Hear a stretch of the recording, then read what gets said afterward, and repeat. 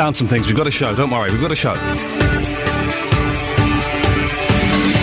Good morning, Iain Lee here, BBC Three Counties Radio. I've got enough, I think, to sustain us for 3 hours. And as always, will be good to get your opinions on things. I'll give you the contact details in a few minutes. So maybe just go and get a pen or write it down on your phone or something and you can get in touch. And as always, it'll be nice to hear your opinions.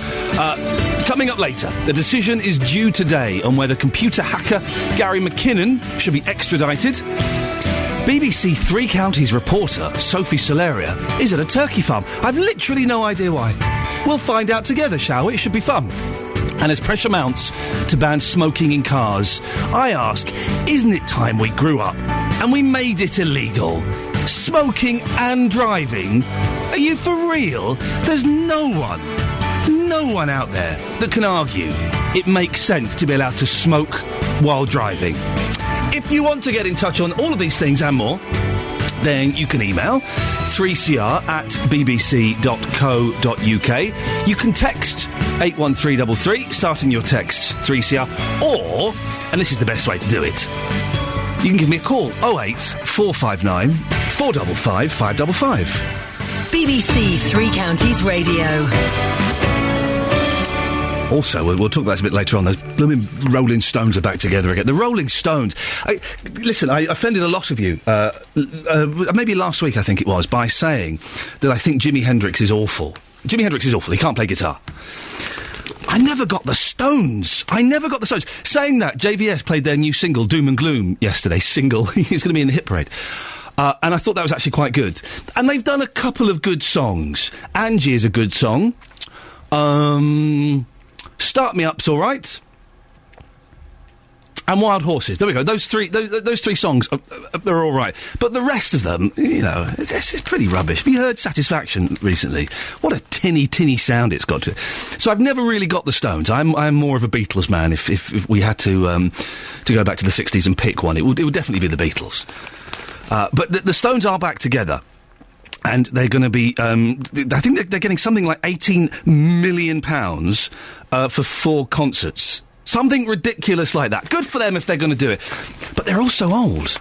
They're all so old. I think the youngest is Ronnie Wood, who looks like the oldest. He's 65. Jagger and Richards are 69. And Charlie Watts is 71. So I was thinking maybe we could create our own Rolling Stones. Because I know we've got a lot of people of an age listening. So what I want is I want a 65-year-old, I want a 71-year-old, I want 2 69-year-olds. I want you to call in. You will own the person of that age, and whenever you see Mick Jagger on the telly, you can go, yeah, that's me, I own him. I am Mick Jagger. 08459 455 555 is the telephone number if you want to give us a call. Now, the Home Secretary, Theresa May, is due to announce today whether she'll halt the extradition to the United States of the computer hacker Gary McKinnon. McKinnon lost 4 separate appeals, including one to the European Court of Human Rights. Well, we've spoken to his mum, Janice Sharp from Hertfordshire, many times on BBC Three Counties Radio throughout the case. If he loses, he will be extradited and the American process will begin swiftly. Douglas McNabb is an expert in US federal law and international extradition. He explains what could happen to Gary. He's facing 5 individual charges involving government intrusion using a computer. And each of those charges carries up to a maximum of 5 years. So he's not really looking at 25 years, 5 times 5, because those 5 transactions, although they're separate transactions, if Mr. McKinnon were ultimately convicted, would run together. So he's really looking at up to 5 years. Mr. McNabb told the BBC just how serious this case is. This is a very formal setting. There's no foolishness. And I would be concerned that an argument made to the court that this was just mischief and really not serious would not play well at all with any judge, certainly with the particular judge that Mr. McKinnon has. And Douglas McNabb believes that Gary hasn't helped his own case so far. If what I read is accurate, that he has admitted performing the act, but that there really wasn't the intent to destroy any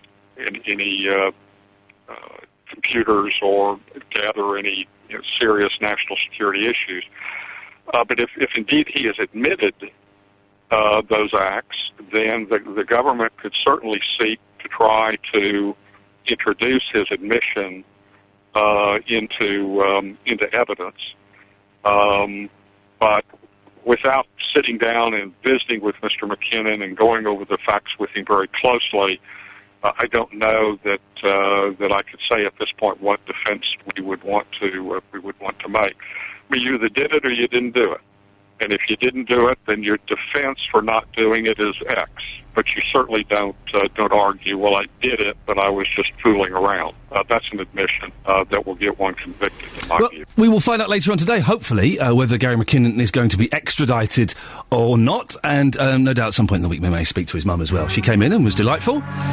We'll see what happens. 08459 455 555 is the telephone number. I'm looking for two 69-year-olds, a 65-year-old and a 71-year-old. Is that you? Could you give me a call, please? Fleetwood Mac are getting back together. Oh, I'm excited by that. Very excited. Where did I see it? Was it in the mirror? I can't find it now. They might be playing Glastonbury. Every band might be playing Glastonbury. I've never been to Glastonbury. I'm never going to go to a festival. Why would I want to sit in a field full of hippies smoking dope, being covered in mud, listening to bands? Well, why would I do that? I'd rather sit at home, of course. But Fleetwood Mac are going to get back together with Christine McVie. I saw them a few years ago and they didn't have Christine McVie. She was sans the Fleetwood Mac. But they're all going to be getting back together. I love a bit of Fleetwood Mac. I used to hate them. Because of that Tango in the Night album, which was just always around when I was a kid growing up. It had that horrible kind of 80s sound. And I thought they were a terrible band. And then someone recommended I buy a book called, I think it was Out of the Storms. Oh, something like that. It was written by an ex-girlfriend of Lindsey Buckingham, the guitarist from Fleetwood Mac. What a cracking book it was. It's all about the drugs and the arguments and the fights and the spending all the money and having, pink grand pianos lifted up to the penthouse suite so that Stevie Nicks could write songs. It's a cracking book. I thought, I should probably get a greatest hits just so I'm a bit familiar with the song titles. And I was sucked in. Go Your Own Way, Fleetwood Mac. Is there any finer song? In fact, whatever the next song is that we're supposed to be playing, it's gone. It'll be Go Your Own Way. We'll have a little bit of Fleetwood Mac, I think is what we're going to do. 08459 455 555 is the telephone number if you want to give me a call this morning. 81333, starting your text 3CR. Or, of course, you can email 3cr@bbc.co.uk.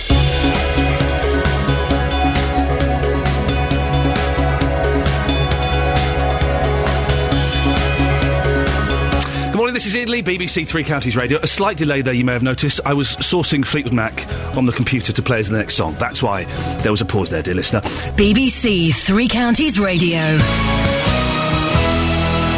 Right, I'm going to shut up for 3 minutes and 37 seconds while you enjoy one of the greatest rock songs of all time. Mick Fleetwood is surely the luckiest man in rock and roll, isn't he?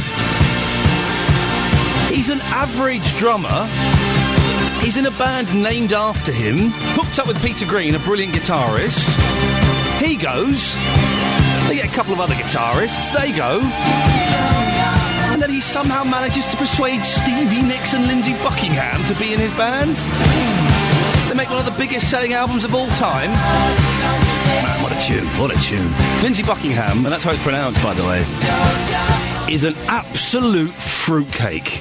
Seriously, oh man, he is bonkers. And which film did he write the closing theme to? To listener, which film did Lindsey Buckingham write the closing theme to? Don't forget, weekdays, after this show finishes, apparently BBC Three Counties still continues to broadcast. I didn't know that either until I had this piece of paper thrust in front of me. And from 9 o'clock, there's a young gentleman by the name of Jonathan Vernon Smith, who is a cracking listener. At 9 o'clock, he'll have the issue of the day.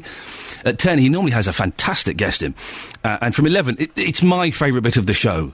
I love all that kind of watchdog, rogue traders kind of stuff. Your consumer problems are sorted, and they're sorted blooming well.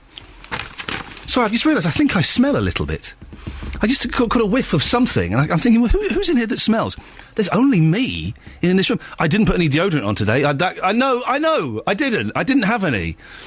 But I can't smell that badly. I mean, I had a shower. Anyway, that's my problem. It's not for you to concern yourself with, dear listener. Now, When you do your weekly food shop, you might have noticed, and I was talking to my sister about this the other day, certain items are costing more. Not just a little bit more, but quite a bit more. And when you add it all up, it's well expensive. Today is World Food Day, and food prices are set to reach an all-time high. The National Farmers Union says that wheat yields are down nearly 15% on the 5-year average. It's because of the drought in the spring, followed by an exceptionally wet summer. Well, David Hunt runs Watergate Farm in Hockliffe, which produces turkeys. He says with just 10 weeks until Christmas... Excuse me? 10 weeks until Christmas? What? Each bird costing... that's thrown me. Each bird costing him 7 to 10% more to feed and produce. It's the farmers who are suffering. Well, BBC Three Counties reporter Sophie Solaria is at the farm. Good morning, Sophie. Oh... Good morning. Yes, I thought you'd been eaten by a turkey there for a second. Hello, turkeys. Yep, she just said hello to the turkeys. There they That's are. right. I'm in a turkey shed, Ian. I can tell. Indeed. Yeah. Okay. So I'm surrounded now, and you wouldn't believe it. 600 turkeys surround me right now. That is 1,200 eyes. Can you imagine how scary that is at this time in the morning? I bet it's terrible. Sounds awful. Absolutely petrifying. But you know what? They look happy and they can look content. Yeah, until well, I their necks are suppose broken. that's until around the beginning of December, I guess. Yes. But yeah, David, I'm with David, the turkey farmer, David Hunt. Hi, David. So I guess this isn't just your only turkeys. These are 600, but you've got about 5,000, haven't you? That's right, Sophie. As a family farm, we produce about 5,000 of the finest quality turkeys for the Christmas market. Wow. I mean, I can't even imagine how you would begin to start. What do you do with these turkeys and when do you do it? I mean, there's thousands of them. We specialise in slow-growing breeds of turkeys. The old-fashioned breeds, the pen we're standing in at the moment are Norfolk Blacks. They're a free-range bird and they have access to the outside.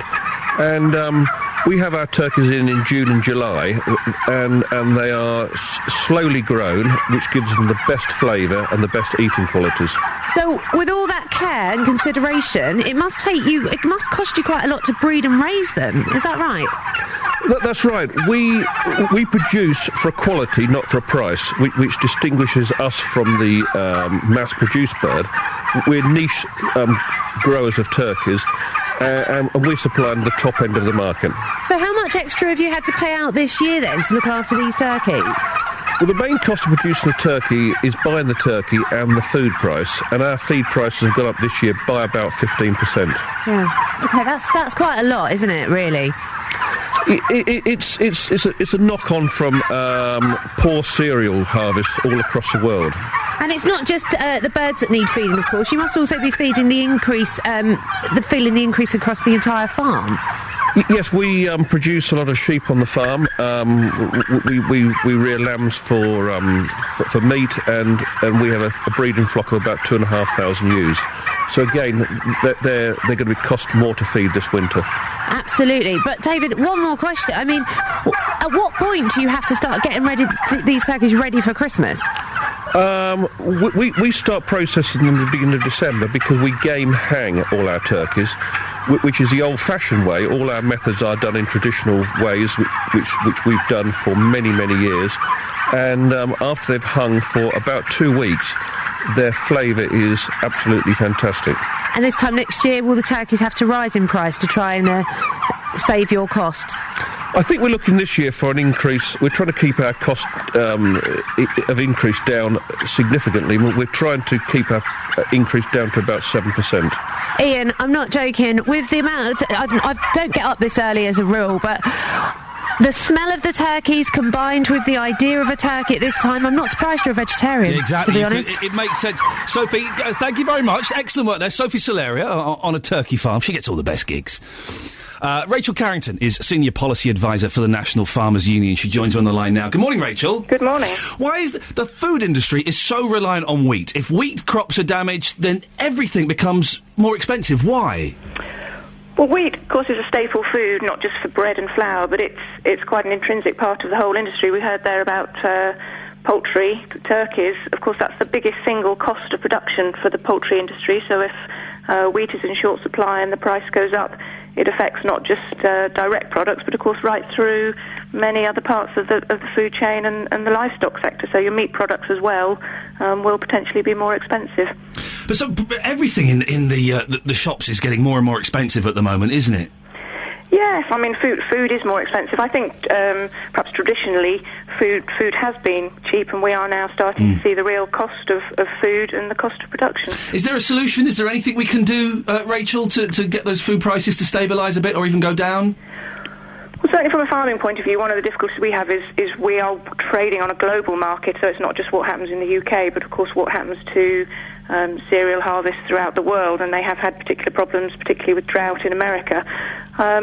We are working with things like research and development to try and get production to be sustainable in difficult conditions and with the impacts of climate change, but we're also working very hard throughout the food chain and trying to work with retailers to make sure that if the cost of production go up, it doesn't impact quite so significantly on food prices to the consumer, because we're trying to get a sort of better balance throughout the food chain so that actually the profit that different parts of the food chain make can be sort of fairer, so that perhaps the retailers aren't taking quite so much and the impacts on the consumer aren't so significant. Rachel Carrington, Senior Policy Advisor for the National Farmers Union, thank you very much. Now, dear listener, I'm talking to you. What have you noticed has gone up? Can we try and find the biggest price leap in various items, in butter, bit of milk, loaf of bread? Isn't a loaf of bread expensive? Isn't a loaf of bread is so expensive? Let's try and put together a shopping list of all the items that are going up. Which foods are costing you more? Across beds, hearts and bucks, this is BBC Three Counties Radio. Good morning, Iain Lee, BBC Three Counties Radio. Coming up in the next half an hour, we took a look at these poor young people that have to resit their GCSE English. We'll be talking about the PCC debate that was on Roberto's show last night that I listened to. Yeah, I listened to it. I've done my homework and everything. And also, there are more calls to ban smoking in cars. Why is it not illegal already? Of course it should be. I was at some traffic lights yesterday. I looked to my right.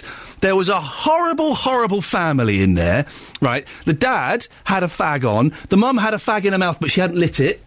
And there was a little 2-year-old boy in the back. Oh, it broke my... And I really felt like saying, "Oi! What are you doing?" Of course we should ban smoking in cars. It's ridiculous. Using your mobile phone is illegal. Just smoking should be as well. 08459 455 555. I can't believe there's anybody listening to this show who disagrees with that obvious, basic premise. Smoking in cars has to go. That's the Human League. You don't need to tell who that is. Why do we announce when it's an obvious ban? You know who that is. There won't be anyone listening. Hey, what's that great new sound? What? This is amazing. Who are these guys? That damn DJ never told us. Now, if you missed the Police and Crime Commissioner debate for the Thames Valley area last night, fear not. I was listening. What do you want to know? Oh, OK. There are 5 candidates standing at the moment. We heard from them all last night on Roberto's show. Political reporter Paul Scoynes was also listening, weren't you, Paul? It wasn't quite as feisty as the last one we had, was it? It was a little bit subdued. Yeah. They were on their best behaviour. Yes, I agree. I think, the one in Bedfordshire was always going to have a slight frisson of excitement to it. Yes. I think excitement. It was just an interesting balance of candidates in Bedfordshire. Not that this, in the Thames Valley, I'm digging myself a hole here, aren't an interesting bunch of candidates. Obviously, just, they are what they are. So we had...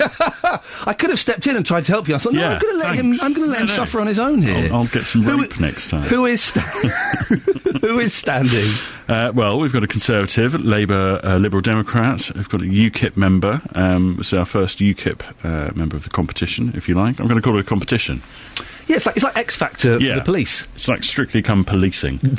And an independent as well. Have you been drinking this morning? Very relaxed. Very, very late night. All right, OK. There were several other independents who were going to stand as well, Iain, but 2 pulled out, which is quite interesting. Had they pulled out after they paid their £5,000 fee? No. OK, they got the bill and they went, hang on a second. Yeah. This has just got a little bit too serious. Well, one of the independents said that they didn't or both of them actually told me that they hadn't appreciated the size of the Thames Valley area. Right. Which was It's huge, isn't it? It is huge. It's a big old patch. Which was interesting because one of them was the chair of the authority. So That's his job to know that. What did they have to say for themselves last night? I did listen, and I thought that they were all playing it quite safe. There was lots of... One person would say something, and then Roberto would go to the next person. He'd say, yes, what he just said. Yeah. There was no one that was coming out, I felt, with really strong... There was a lot of agreement. Yeah, there was a consensus in the room, wasn't there? They were talking about cuts. We talked about whether or not the police are respected, what makes them qualified. And Roberto asked each of them to sum up what they thought was the biggest issue that was on the ground so far. Now, Barry Cooper of UKIP said it was getting the police to cut red tape. You have to have so many tickets issued for seatbelt offences or speeding in a certain month. They're absolutely insane. They're a drain on resources. Certainly prosecute that when you're in camp. And in many cases, to meet quotas, you'll end up with, 4 or 5 officers doing a job when they could be out doing something else and affecting something that's happened immediately, as a petty crime or helping stops antisocial behaviour. And John Howson, who's from the Lib Dems, he said it was about the clear-up rates where people lived. Clearly, they want their local crime that's committed in their communities by members of their community frequently to be dealt with, and that's a combination between the police and the local authorities. But those unfortunate people who are the victims of other sorts of crimes want those crimes detected, and they're not often visible crimes, and they're frequently not crimes that putting more bobbies on the beat will do anything about. Now, Anthony Stansfield, who's a Conservative and a former Army service... Oh, he was very military, you could tell, couldn't you, from his voice? He was dressed in proper, fleece. No, not a fleece, what do they call them? You're rubbing your chest. That doesn't help, does it? No, the tweed, that was it. Sorry, Excellent. Not a fleece. He said that it was traditional crimes which caused the most worry. Antisocial behaviour lies at the bottom, but is something that worries vastly more people.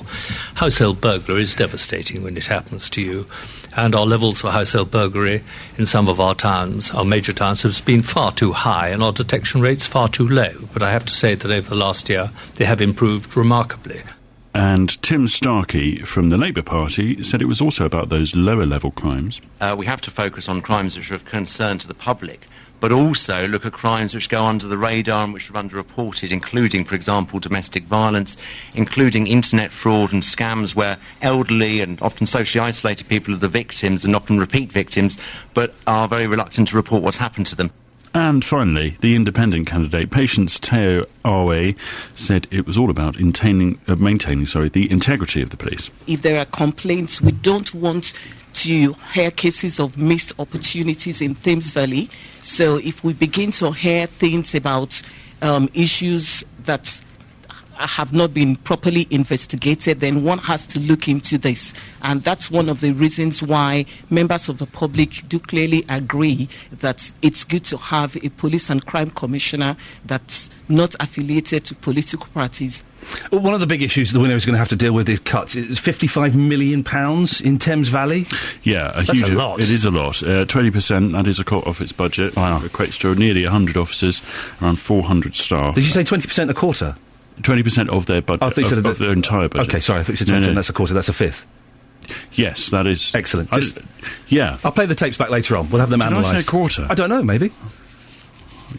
Continue, as you were. Thank you. Labour's Tim Starkey, he said that technology had to improve. Why do police officers still write up reports, he asked. Could you find another way of doing it that would cut out that link? Conservatives said that there were lots of crimes that are actually solved in the back office, so don't be too hasty about cutting there, but they could perhaps reduce the number of forms they had to fill in. The Lib Dems said that they needed to stop bailing people for no reason. If you've got hard evidence, you know that they're the perpetrators, if you like, then charge them and get them straight into court. Bail costs a fortune, and Barry Cooper from UKIP said that police spend too long on politically correct campaigns and initiatives. If it's opt-in or voluntary, stop it. And The Independent said we have to be committed to use our resources as best as possible. Is there a way of doing things a little bit more cleverly, perhaps a little bit less sort of red tapey? It's interesting what you've had to say, but if only there was like a handy 35-second soundbite where all the candidates summed up why anyone should care about this whole election. Well, there is. Wow. Right now, it's good for people to know that this could be the most important police reform that will take place in our lifetime, and it's for people to be empowered. So they have to come out and vote for an independent candidate. Very briefly, do you want to say something? Yeah. It's your police. If you want to say in it, go out and vote on Guy Fawkes plus 10. Tim Starkey. Police force is being decimated by the Tory government's 20% cuts. Morale is at rock bottom. It's about restoring that. Anthony Stansfield, That's 5 seconds. complete rubbish. The police are doing very well at the moment and will continue to do so. And Barry Cooper? UKIP's a fresh set of ideas. Come out and vote for us and we'll show you what we can do. Well, you can listen again to the debate and see all of those standing in beds, hearts and bucks on our website. You can visit bbc.co.uk/3 counties. And Paul, will you be coming in the studio, in today plus 7? Yes. Excellent stuff indeed. Thank you very much. Right. Guy Fawkes plus 10. What an odd turn of phrase. There are calls to ban smoking in cars, and it makes perfect sense. Why, smoking and driving? Are you serious? So hang on a second. You're driving this massive killing machine, and you're not focusing on it because you're lighting a fag and you're holding it in your hands and you're flicking the ash. Or you've dropped it. Oh no, you got to reach around. Goodness gracious me. Ben in Buckingham on the email agrees. As a smoker, people may call me two-faced, but what really grinds my gears is smokers who smoke while driving. They should ban it. It's unsafe, dangerous, and is putting non-smokers in the car at risk. Those that have children in their car should be ashamed, as they are risking their lives too. When I smoke, I do it outside, away from people, as I do not want them to breathe in my smoke. But Tracy, on the tweets, you can tweet at Iain Lee or at BBC3CR, she disagrees. No, it should not be banned. Next they will say ban it at home. People do have rights, but they all seem to be being taken away. Of course you shouldn't drive and smoke. It's obvious. It's common sense, isn't it? Ah, the Shirelles. Singing a Carole King song. Yes, we'll have some of that. Yes, please. Thank you very much. Iain Lee, BBC Three Counties Radio, 08459 455 555. It would appear that none of you are able to defend smoking in cars. It's impossible to defend, isn't it? Of course it's ridiculous, particularly if you've got kids in the back. I saw this family yesterday and it was just heartbreaking. This little boy in the back, he was no older than 2.5, and his parents both had fags on the go, and I just thought, oh, that's disgusting. But even if there wasn't a kid in the back, you shouldn't drive and smoke at the same time. It's ridiculous, isn't it? 08459 455 555. A Bedfordshire head teacher says there has been a crisis of confidence as a result of the GCSE marking fiasco this summer. David Bailey at Biddenham Upper School near Bedford says 70 teenagers there will be resitting exams next month. Pupils were unhappy because they believed they hadn't received high enough grades. Reporter Serena Farrow spoke to some of them. My name's Laura Town. I'm at A-level. I got quite good grades, apart from my English was the worst, where I got a D. But the others were above, like C or above. And what were you expected in English? Would you have a projected grade? I think I was predicted a C. My name is Shabazz. I got a D in this exam. I was hoping to get a C, but it didn't work out as I wanted to. And I suppose it's like we said, it's learning all that again, isn't it? It's a bit annoying. Yeah, it is. And we just thought that you do it one time and it's over and done with, but by the looks of it, I'm having to do it again. I'm just learning all that English over. I'm Ali. And I'm in my last year now. I retook in the summer. This time I revised. I thought I would have passed. Like the other times, I barely showed up to lessons, so I was really disappointed. What were you predicted this time then? A C. And what did you get?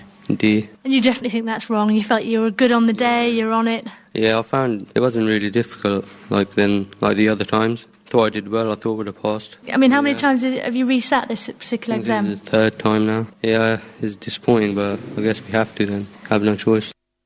Did he just say, I think he just said this, I'm misquoting, I barely turned up for lessons, I'm well disappointed. I think that's what he said.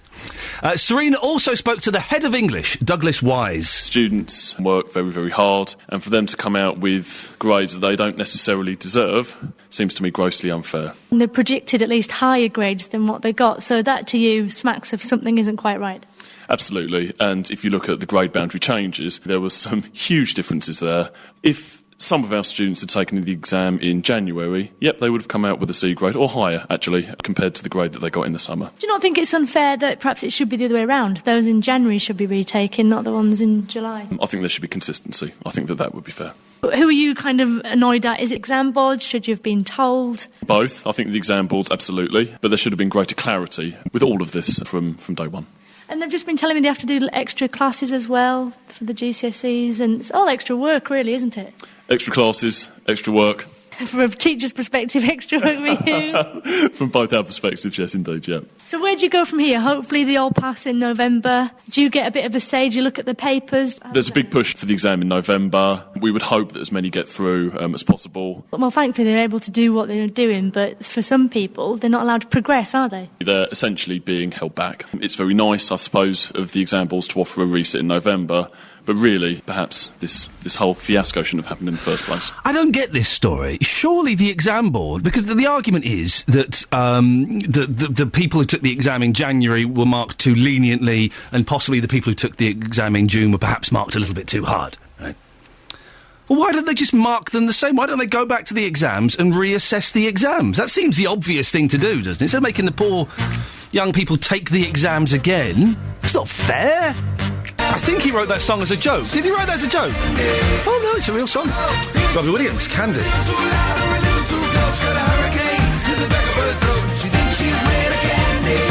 We've had a text that begins OMG.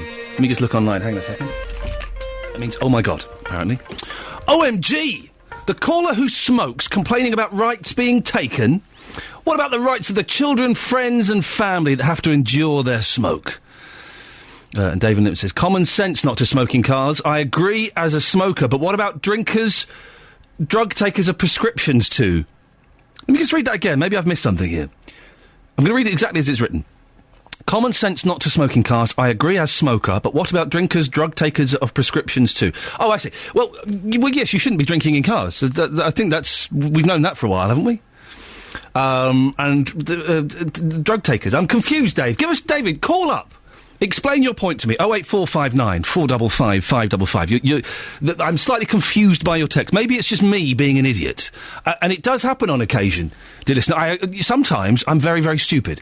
More often than not, I'm bang on the nose. But sometimes I'm a little bit thicker. Maybe it's 2 minutes to 7 on a Tuesday. I'm not at my finest. Lots coming up in the next hour of the show. As always, your opinion is wanted and welcomed. 08459 455 555. I'll tell you what's coming up in a couple of minutes after the latest news and sport with Catherine Boyle.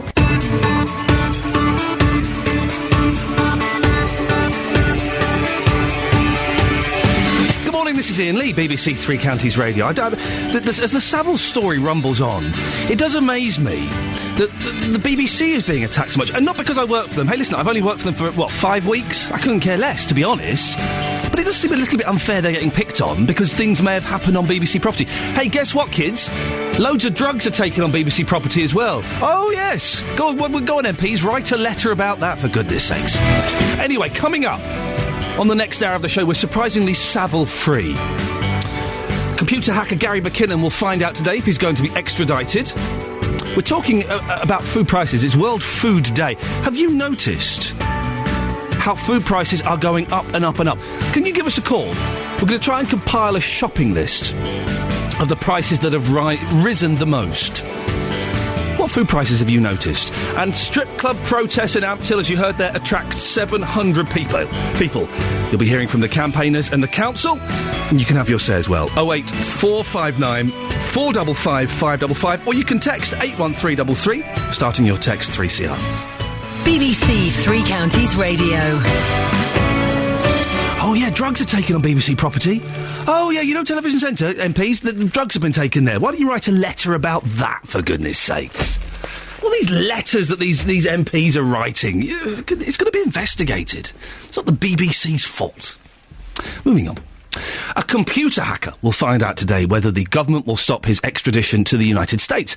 Gary McKinnon, who has a form of autism, illegally accessed American military IT systems. He says he was looking for the evidence of UFOs. Mr. McKinnon's case has been highlighted by those who think extradition agreements between the UK and US are unbalanced. Well, we've spoken to his mum, Janice Sharp, from Hertfordshire, many times on BBC Three Counties Radio throughout the case. She'll be joining me on the show just after 8 o'clock this morning. But before then, we can speak to BBC reporter Matt Leach, who has more details. Good morning, Matt. Morning, Ian. A long-running affair, isn't it? You could say that, indeed. I mean, I can recall covering the story myself at a magistrates' court in 2006, and the first American warrant for Gary McKinnon's arrest was issued 10 years ago. His extradition was ordered by the then Home Secretary 5 years ago. Then there was a series of appeals which he lost, and then in 2008 he was diagnosed with Asperger's syndrome, and a judge ruled he would be a suicide risk if he was extradited. And the process was all put on hold pending fresh medical evidence. So where we are today, Ian, is that the case sits on the desk of the Home Secretary Theresa May, with a decision due within a matter of hours on whether she'll halt the extradition on human rights grounds. Gary McKinnon, he's never denied doing it, has he? No, that's right. I mean, he readily admits hacking into dozens of Pentagon and NASA computers, but claims he was merely looking for information on UFOs. If he is tried in the US, then theoretically he could face tens of years in jail, although I heard an American lawyer saying overnight that in reality it might be more like 5 years in total, but still a substantial amount of time. And Gary's mother, Janice Sharp, you were mentioning, from Hertfordshire, says he's been living like a zombie. We can hear a little bit of her now. Living like a zombie, and the waiting is a frightening time for him. He can't speak, he's tense, his eyes are full, he's tearful. He's lost 10 years of his youth, he's lost 10 years of his life. He is not allowed to go online. He has no outlet, he has no life. We've had so many ups and downs. It's so hard, it's so incredibly hard. You can hear just how upset she is in that, but she's just complained also generally, Ian, about the whole extradition process, saying extradition should stop fugitives escaping justice, not allow British citizens to be yanked around the world. And finally, Matt, does the decision today by the Home Secretary bring an end to the matter? Will that be it? Well, as I understand it, not necessarily, amazingly, because, his lawyers have been saying today they're absolutely convinced that it will go in their favour, that she will stop extradition. But if she didn't, if she allows the extradition to go ahead, then it's possible that lawyers for Mr McKinnon could apply for a judicial review to challenge the decision. So we could theoretically be back in the courts again. Fantastic. Matt Leach, thank you very much, our reporter there.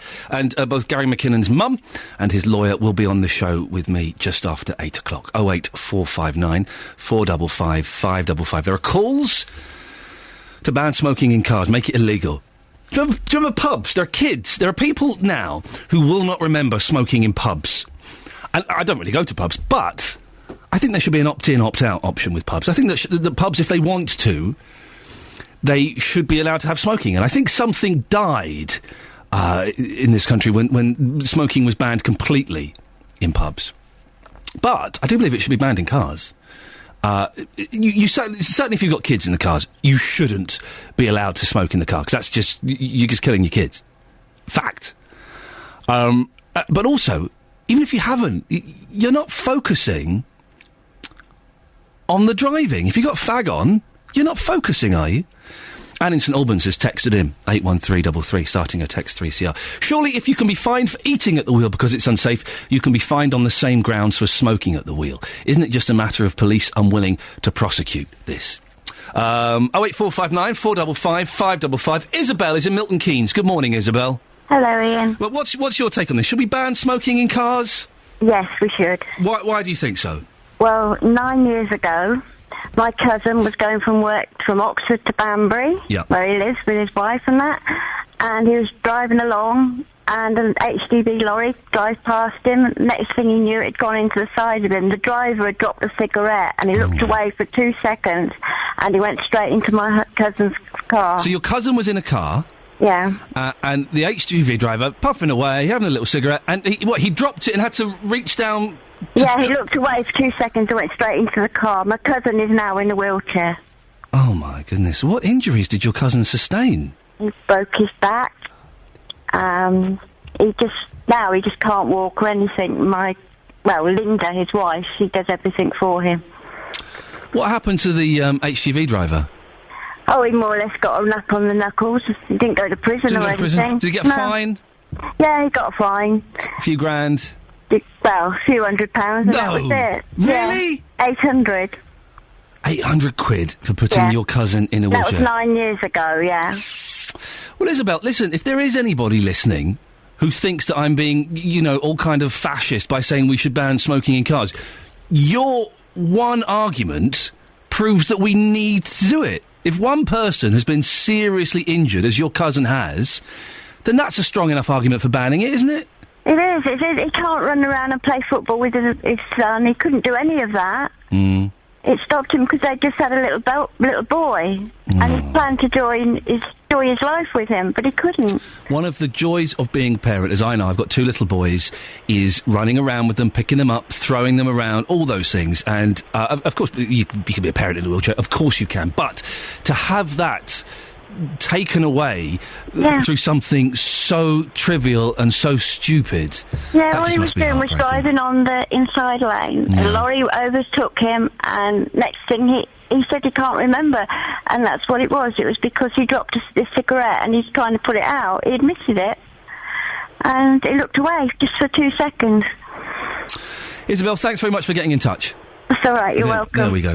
Now, there can't be anybody listening who disagrees that we should ban smoking after hearing that. If one person has been seriously injured, as they were then it's got to be banned. We have to ban it, don't we?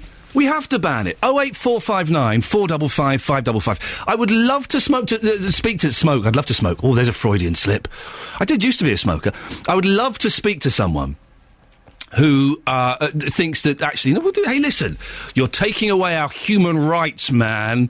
It's my human right to smoke where and when I want, because that phone call there has totally destroyed your argument. Totally. 08459 455 555. Don't forget, between 3 and 7 weekdays, Roberto Perrone will be on BBC Three Counties Radio. The best stories from across the 3 counties.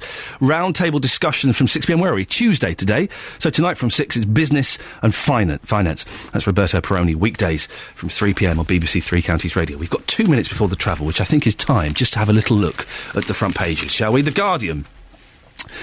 Oh, look, Scottish independence. There's going to be a vote on Scottish independence. I was going to ask this morning, is anybody that bothered by it? By this whole vote? It was all over the news yesterday. I don't think... Obviously, I'd imagine some of the Scots are a little bit bothered by it, but it affects us as well in England. Are you bothered by this whole vote on Scottish independence? I tried to get excited yesterday. I've got Scottish heritage. I tried to get excited and I couldn't. I don't see how it would affect us. 08459 455 555. And also 3,500 military staff join arms firms. The Telegraph. How new job can hit your pension. High fees and poor returns at some employers could leave workers who move their savings pot thousands out of pocket. And also there's a picture of the Rolling Stones. We're trying to recreate the Rolling Stones. I need a 65-year-old, 2 69-year-olds and a 71-year-old. Is that you? Could you give us a call? You can own one of the Rolling Stones. And when I say own, I don't mean legally own.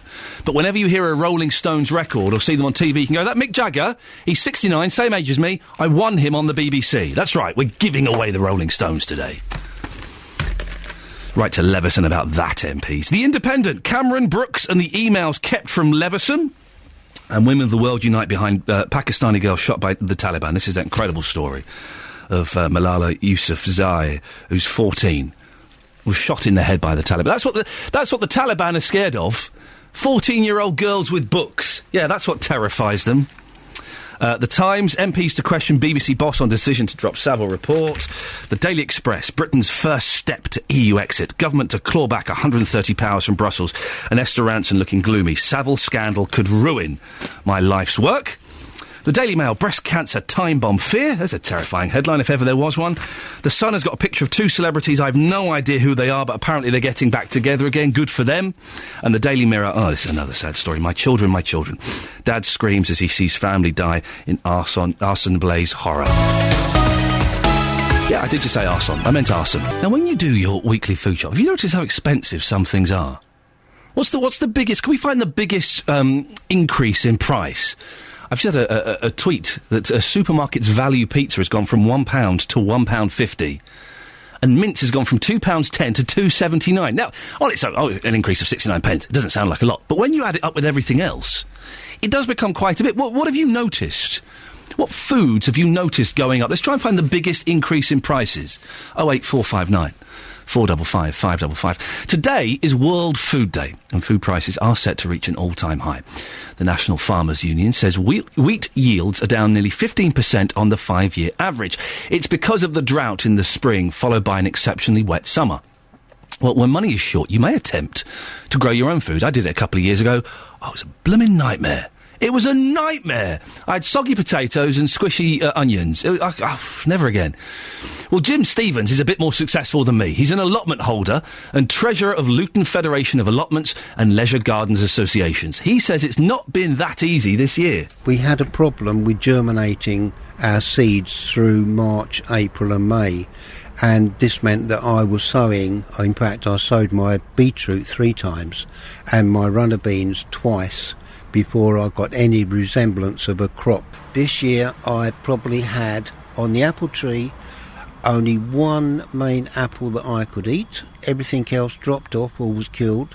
And also with the pears, I had 12 pears instead of 72 pears on my little pear tree. There you can see the failure of the climbing French beans. There is just a few, and that's all there is. To us, it's a joy to be able to have an allotment to work on, because not only are we producing stuff for our own kitchens, when we have anything spare, we can give it to friends and other people so that they've got the joy of having fresh food. But it's not frustrating, it's annoying that you haven't got the quality and the quantity of what you've had in previous years. Well, it sounds like Jim's not doing much better than I did. It sounds like an absolute nightmare. There is nothing better than having homegrown food for your lunch. My in-laws have a little kind of bit where they grow food. What do they call it? A garden, that's it, isn't it? Yes. And they get spinach and tomatoes and all those kind of things. And it is something very satisfying about eating your supper, and there's something that's grown in the back garden, but it's blooming hard work. We told you last week that more than 45,000 students are to resit their English GCSEs next month after a row about grades. Well, now Bedford Borough Council says it's going to take legal action. They say the problems have caused pupils unnecessary stress and work, as they'll now have to resit their exams next month. 70 students from Biddingham Upper School are among those affected. Both Luke and Anna go to the school, and they spoke to our reporter Serena Farrow. I'm on the A-level course. I'm quite lucky in the fact that the school accepted me without English or maths at grade C. Wow. But is that under the premise that you get them now, essentially? Yeah, and the fact that I got over 8 above the C grade in other subjects. Sent it off to be remarked, the school paid for it, but there was no change in my grade. It stayed the same number of marks and the same grade. How did you get a remark and some people didn't? The school would pay for a remark if you were, I think it was 5 marks close to the grade boundary that would changed. Yeah, it's quite strange doing the A-level course and then having to go back to do 2 retake lessons for the 2 subjects that I failed. It's a large step between lessons. Taking both maths and English in November, but I was keeping on top of that while keeping on top of A-levels at the same time. And that's how many extra 2 classes a week? Yeah. Actually, did you have to go to the class as well then? Yeah, it's 2 lessons a week, and then you get private studies, I think, for people that do English or maths retake as well. So that's practically 4 lessons a week added on. I saw a not very good grade in English coming, but it was a bit disappointing realising how low I was in the scale of it. A bit angry at the exam boards for changing them without notifying, really. Takes away the premise of the exams. If they had told us, we would have been able to maybe revise a bit more or just add on that little bit more of hard work to get the higher grade. Well, Chris McGovern is from the Campaign for Real Education. It's a group which presses for high standards. Morning, Chris. Good morning. How did this happen?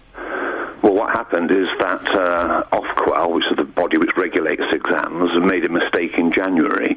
They were too generous in giving out marks to children, and they had to rectify that in the summer, which is a fiasco. Absolutely, it's gone wrong for those children. But what I would like to say is that the underlying problem is really that we've had 25 years of grade inflation, and in the summer, the government were trying to put that right. They did it very badly. But the underlying problem is still there. You know, it's interesting that Bedford are going to the courts, but these people, Bedford, the trade, the unions, the teachers, they've said nothing anything in the last 25 years as we've had grade inflation. It's only now when for the first time we've had a bit of deflation and the results got slightly worse that we've had this huge row. But I'm surprised, amazed almost, that in the last 25 years the problems of examination inflation has not been addressed. Is there actual evidence that there has been grade inflation and it's not just pupils getting better? It's absolutely, evidence is overwhelming because we've had a massive improvement. 98% of children who take GCSE get a pass. That's an A to G pass, not an A to C. But internationally, our position in league tables against other countries has fallen pretty dramatically. All parties accept now there's been grade inflation, and the government are trying to do something about it. Unfortunately, they've handled it really badly because they have been unfair on these particular children. What I don't understand about this particular case is that these poor people have got to resit their exams. Why can't they just regrade them using the same standards they did for the January exams? Well, you're absolutely right. And the reason I guess, I'm only guessing this, that why they won't do that is because they realise that in January inflation was getting more and more out of control. But really, you can't do it this way. I think those children needed to be treated in the same way as the children who sat the exam in January. It's a big, big problem, but the government are trying to address it by introducing an entirely new exam in a couple of years' time, which I think is a good thing. It's being hailed as a return to sort of O-level style exam, where the emphasis is on an exam and not coursework. Why do you think that's such a good idea, Chris? I think on the whole it's more rigorous, and I have to say that it is a return to O-level, but O-level never disappeared. O-level is still produced in England, and we sell it abroad. So, for example, in successful economies like Singapore, 80% of children there do the O-level, and it's incredible that we ban the O-level currently in this country, but sell it to our economic competitors. So I think it's a good thing we're going to have O-levels back again. Personally, though, at the Campaign for Real Education, we'd like to see choice. We wouldn't get rid of the GCSE, we'd just introduce the O-level, lift the ban on it, so it's there and it's available for schools and for those very able children who are suited to it. That's interesting. You would go for choice, and I kind of agree on that because I am not. I consider myself quite bright, but I'm not an exam person. I just fall to pieces in exams. I can't work under that in that structure. But whereas the GCSE, with a bit of coursework and a bit of an exam, was a little bit better for someone like me. Yeah, probably that's true. That's why we do need the choice. The important thing, though, is that this body called Ofqual, who regulate exams, they should make sure that exam standards are maintained from one year to the next. And what's happened in the last 25 years is that we have seen this grade inflation. We want GCSE to have credibility, but ultimately it's really up to universities and employers to decide which exams they believe in, if you like. So let children do GCSEs, let children do O-levels, let them do the International Baccalaureate, and let the universities and the employers decide which ones they want. Chris, what grades did you get for your O-levels? My O-levels? Yeah, do you remember? Well, I did get some. In those days, we had grade ones, you know. Blimey. We are going back a long way. And actually, I'll tell you another story. I did take a GCSE a few years ago in a foreign language. I did get an A-star for that. Now, you've mentioned this before. You took it in Italian. We have spoken before on this. Yeah, but then what I wanted to pick you up on was, you live in Italy. I don't actually. I've got a holiday home over there. Okay. That's why I did that. That's why I did it. Purely for pleasure, I have to say. But you took an exam for pleasure, Chris? Well, you know, yeah. When you get old, you do strange things, don't you? Chris, thank you very much. Nice to talk to you. Thanks very much. Chris McGovern there from the Campaign for Real Education. Bringing back, want to bring back proper exams, and they're coming back, whether you like them or not, dear listener. We're talking about smoking in cars. Let's go to Steve in Dunstable. Morning, Steve. Hello, good morning. We should ban smoking in cars. No, you can't keep banning things, can you? If people want to smoke in the car or whatever, that's up to them. It's not down to us or the law to put a law on it. I mean, we're supposed to be a democracy. Having all these laws, we're not a democracy, are we? Well, we are. We vote for the parties to make the laws. Laws. You have to have a successful democracy. You have to have laws. Yeah, but hold on. Do we ever vote on the laws that are passed? No, we don't. We've only put a party in that makes them without our consent. That's what democracy is. Well, no, that is what democracy is. That's a definition of democracy. No, that's an indirect democracy. That's not a direct. Anyway, about smoking the cars. Listen, at the end of the day, they're human. If people want to do it, all right, it's not nice, but you shouldn't put a law on it. It's ridiculous. We heard a caller earlier on whose cousin was crippled as a result of an accident because the driver was smoking. Well, it is bad. I'll say, it is bad, but at the end of the day, you've banned mobile phones. People still drive mobile phones. People still do it. Well, it should be. We should clamp down on it, shouldn't we? Just because people still murder, Steve, but we shouldn't. It's illegal. Yeah, but some people deserve it. Depends what they've done, doesn't it? Some people deserve murder? Well, some people... Stephen Dunstable, thank you very much indeed. Completely invalidated your entire argument there with that nonsense at the end. 08459 455 555 is the telephone number. If you want to give us a call... I'm enjoying it this morning, maybe a little bit too much. We've had a few texts on smoking. I'll just do one of them. Iain, you stated that smoking in cars, it's killing your kids. Fact. No, not fact. Watch Penn and Teller's episode about smoking and then do some research on their findings. Well, I'm not going to watch a show by two magicians about passive smoking, to be honest. It does. If you're smoking and your kids are breathing in the smoke, that's killing them. Fact. On FM, AM and online. BBC Three Counties Radio. That was Catherine with the real news, not the travel news. Apologies.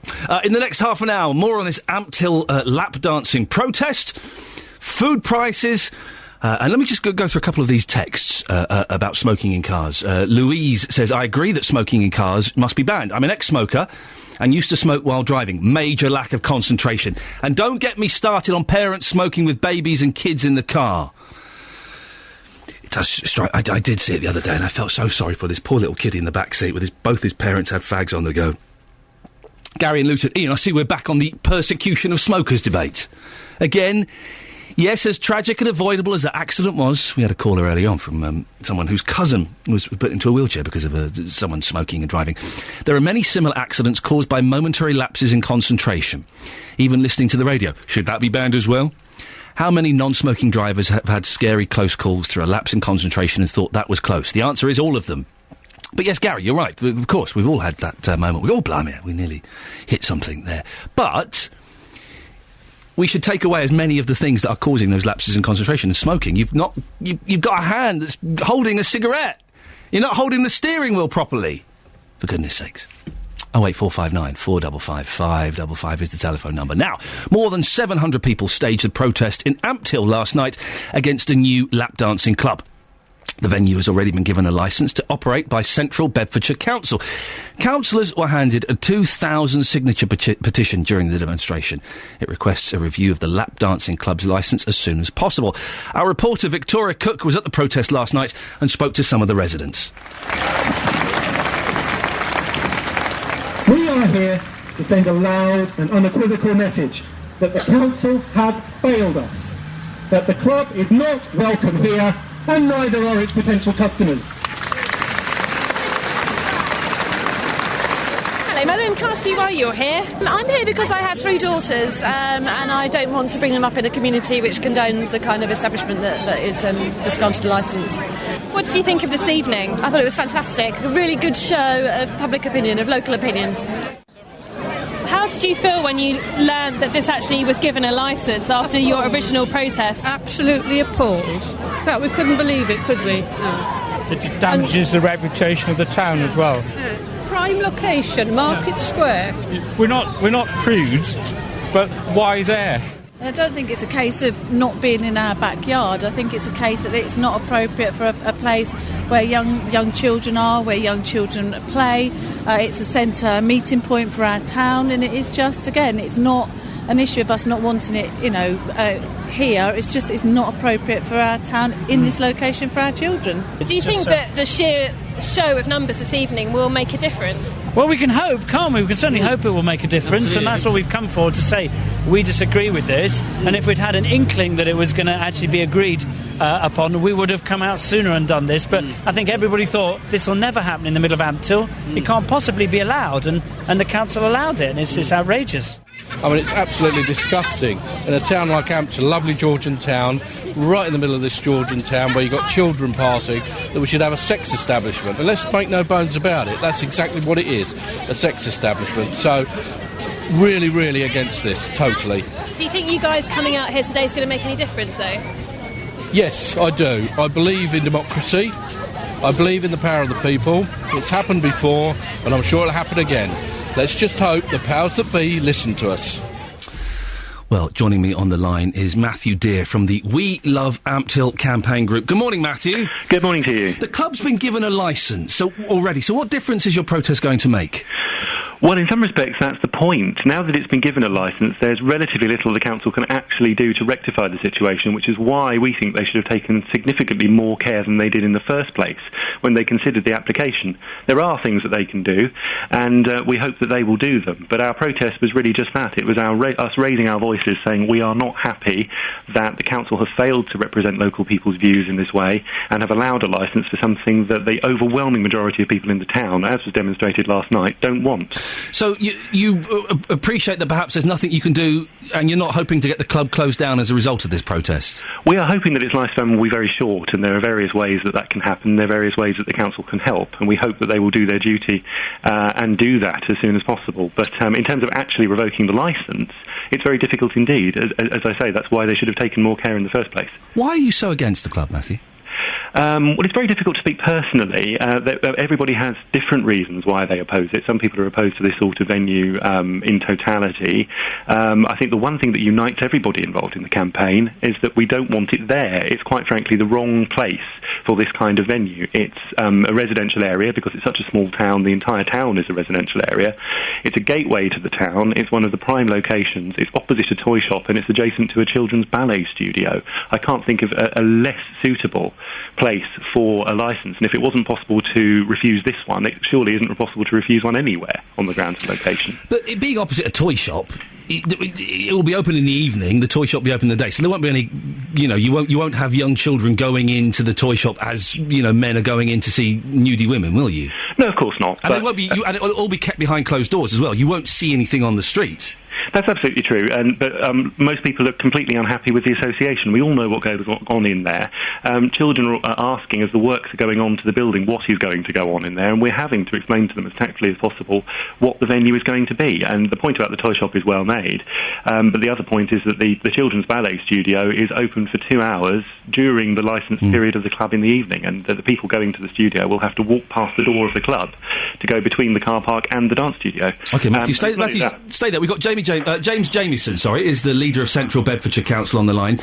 Morning, James. Good morning. You've been handed a petition, 2,000 signatures on it. Is it going to change anything? Well, I have to say, I am extremely disappointed about this lap dancing club being in Ampthill. And I think all our fellow councillors do not want it, and we have to why agree give it a with licence residents. then? It's inappropriate.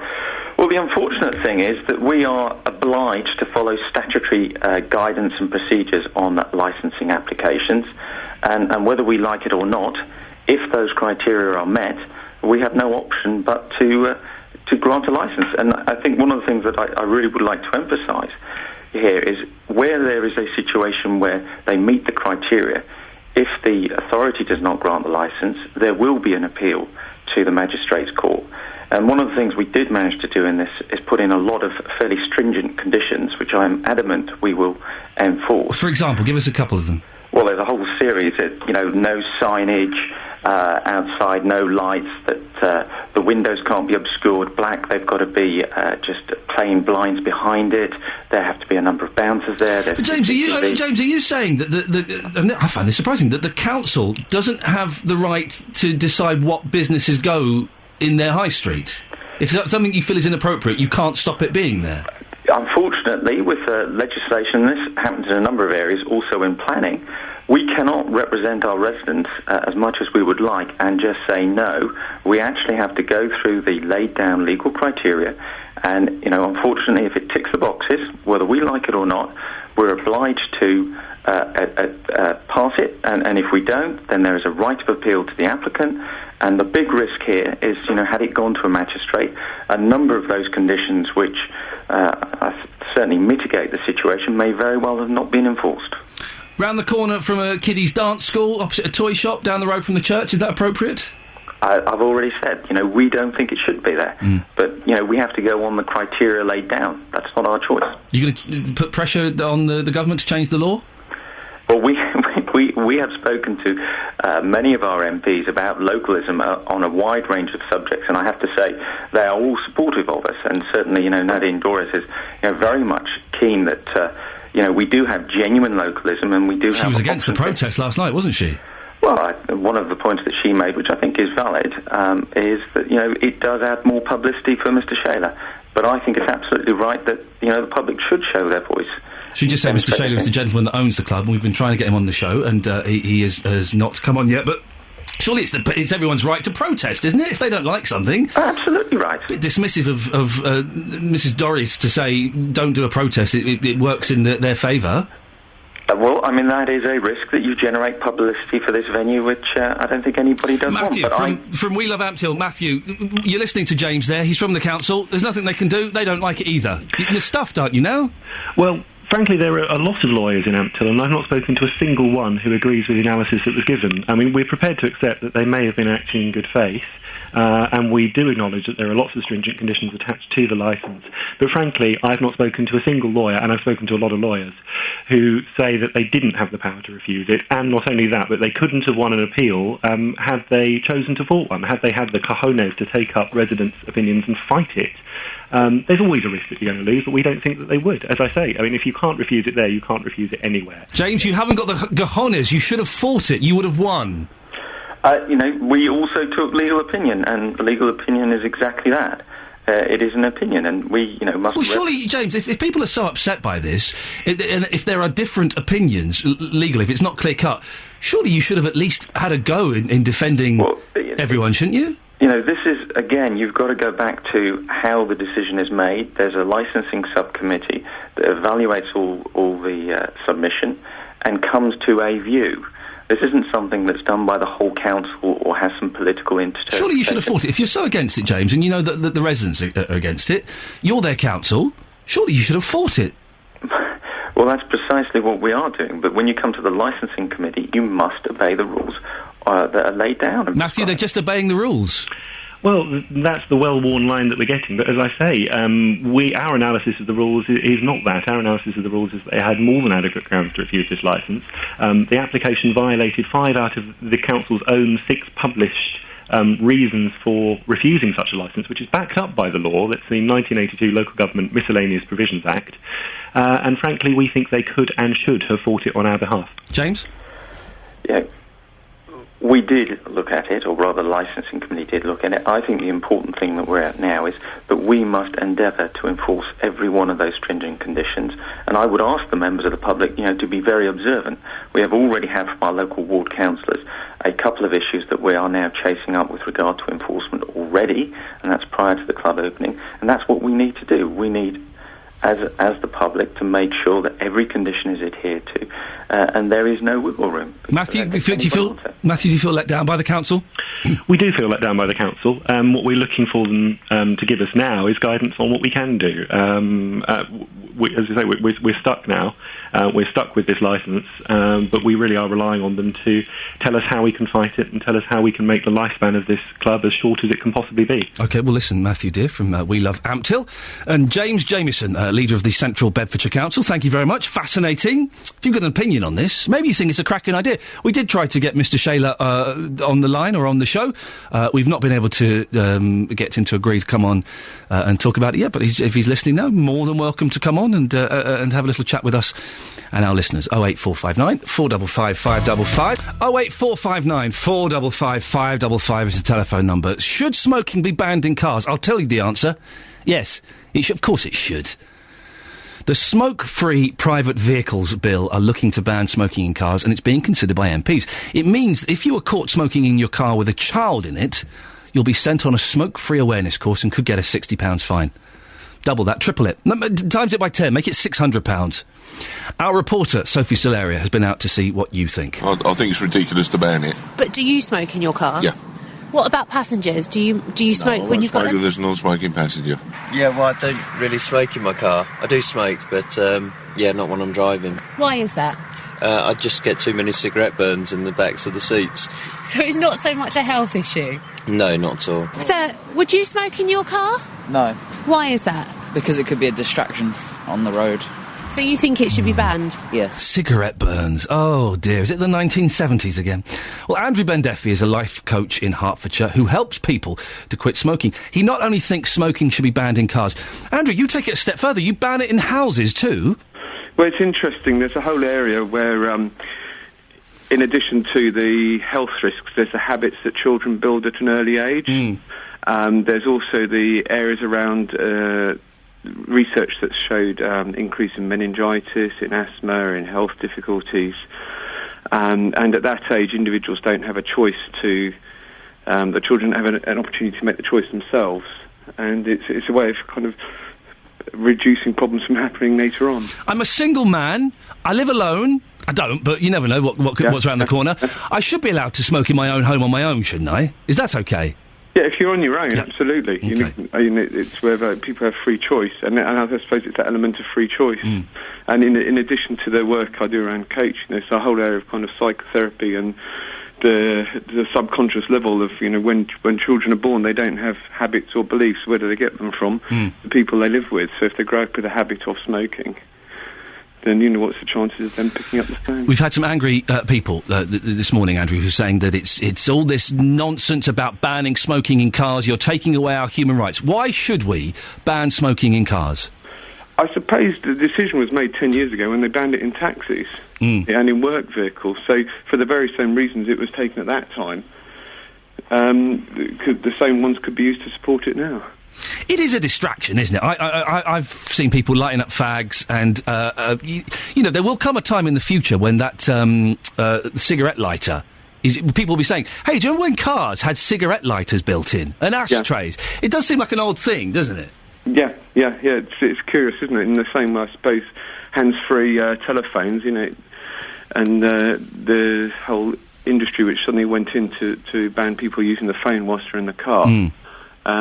People are allowed to use both hands or one hand and light up and take their eyes off the road and all of that. My dad in the 70s, I remember him driving up the motorway, rolling a cigarette. the 70s were mental. How do you help people quit, Andrew? There's a variety of ways. Some people can find giving up very easily.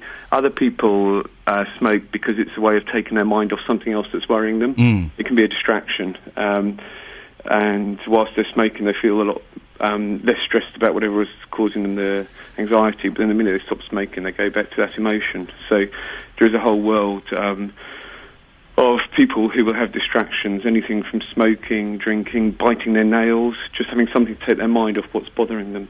Have you ever smoked, Andrew? No. Oh, okay. It's I did, and it was. I stopped with that Alan Carr book, not the gap-toothed comedian, the other fellow, and and he changes. The trick that he used was changing your perception, so you don't think, "Oh, I'm quitting."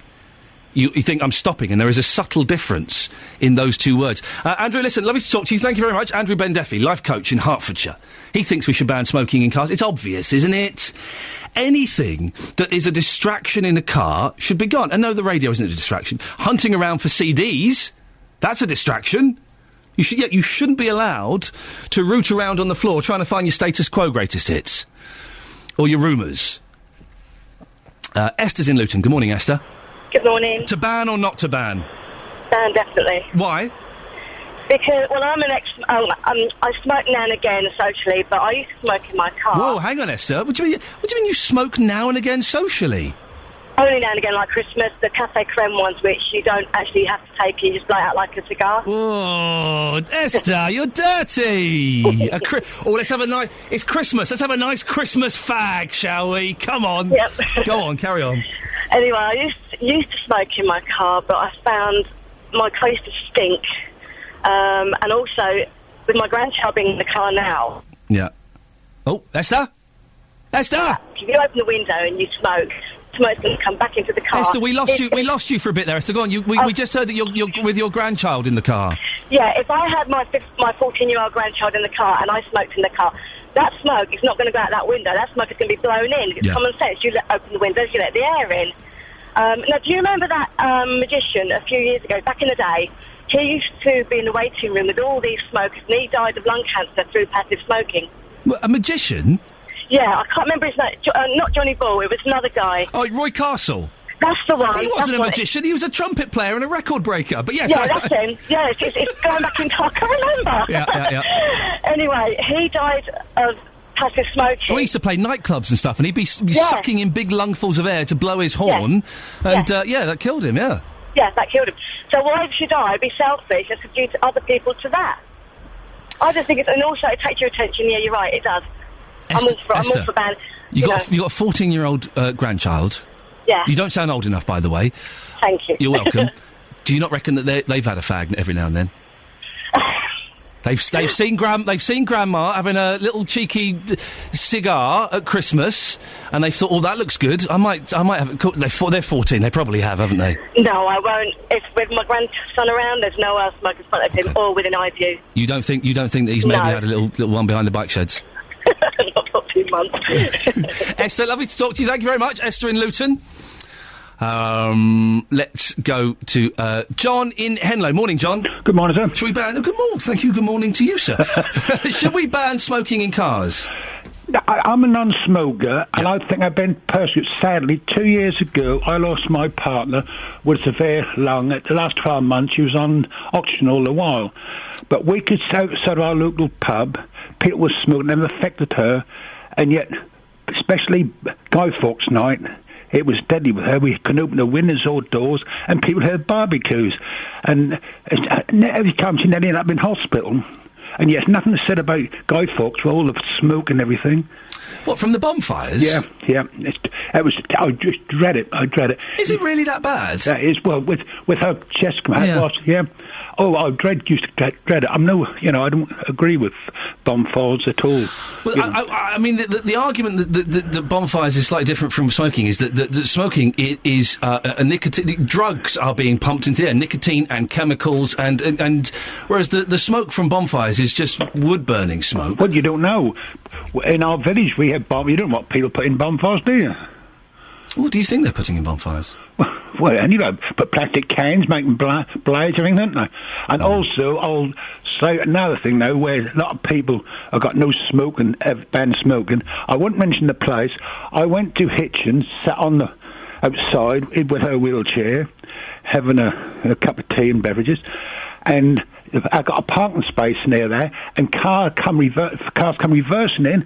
Exhaust was blowing all over our food, and we had to move quickly. No, you don't want that, John. We're going off on a slight tangent. Thank you very much for your call, John in Henlow. Jen says, why pick on smoking in cars? Driving half a tonne of metal at up to 70 miles per hour is a serious responsibility. Anything except 100% concentration is potentially fatal. That lady's cousin, we had a caller earlier on whose cousin was left in a wheelchair after being hit by a truck where the guy was smoking. Could have just as easily been injured by someone changing a CD, checking a map. It's not the 80s. Turning to talk to their kids. Eating in cars per se isn't banned. It's all covered by driving without due care. But most people are just lucky enough to get away without getting caught or causing an accident. Well, you're right. Changing CDs in cars is tricky. You shouldn't necessarily do it. Turning around to talk to the kids in the back is ridiculous as well. Of course you shouldn't be doing that. 08459 455 555. It seems obvious to me that smoking should be banned in cars. It can't be a good thing. It's distracting, it's dangerous. You drop your fag on the floor, you're in trouble. There's smoke going everywhere. Oh, I don't want to see that. It's not good in the slightest. If you disagree, could you give me a call? 08459 455 555. Or you can send me a text, 81333, starting your text 3CR. Email 3cr@bbc.co.uk. Don't forget, Mike Naylor is on Saturdays, 6 till 9 in the morning. You can join him every Saturday for fascinating guests with captivating local stories, a review of Saturday's papers, and music to get your weekend off to a great start. That's all with Mike Naylor, Saturday from 6 a.m. on BBC Three Counties Radio. Right, last hour of the show coming up. Plenty coming up. 08459 455 555 is the phone number. Maybe speak to you after the latest news and sport with Catherine Boyle.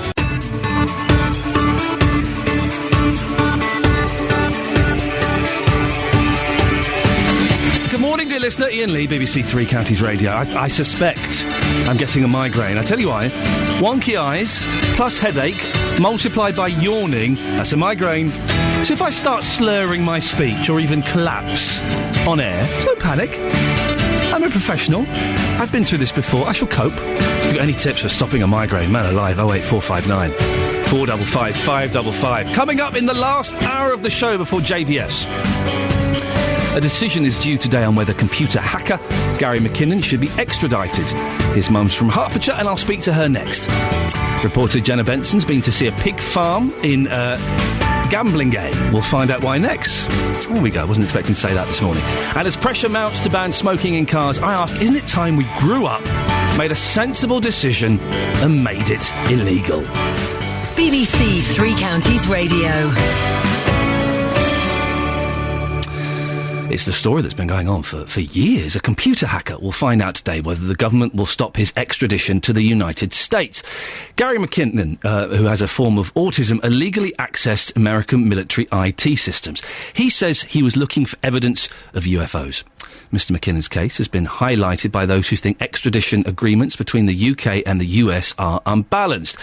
His mother, Janice Sharp, from Hertfordshire, has been campaigning tirelessly for over 10 years to stop him from being extradited out to the States to face trial. We've met many times throughout the case, and she's on the line now. Good morning, Janice. Good morning. How are you feeling this morning? I feel optimistic because the Home Office psychiatrists are now in full agreement with Gary's psychiatrists that if extradition proceeded, that Gary would take his own life, not might or could, but would, and that they can offer no assurances whatsoever. So yes, I'm hopeful. And the Home Secretary today has just introduced Forum, which is an incredible change to the extradition treaty, which means that anyone who is physically in this country when a crime was committed, they will be tried in this country or can be tried in this country. So that's quite amazing. Knowing that your son is a potential suicide threat, how does that make you feel, Janice? Terrified, absolutely terrified. But it's because he never leaves the country. He never leaves North London, basically. He has Asperger's. He's terrified of being away from his home and family. It's an absolute terror.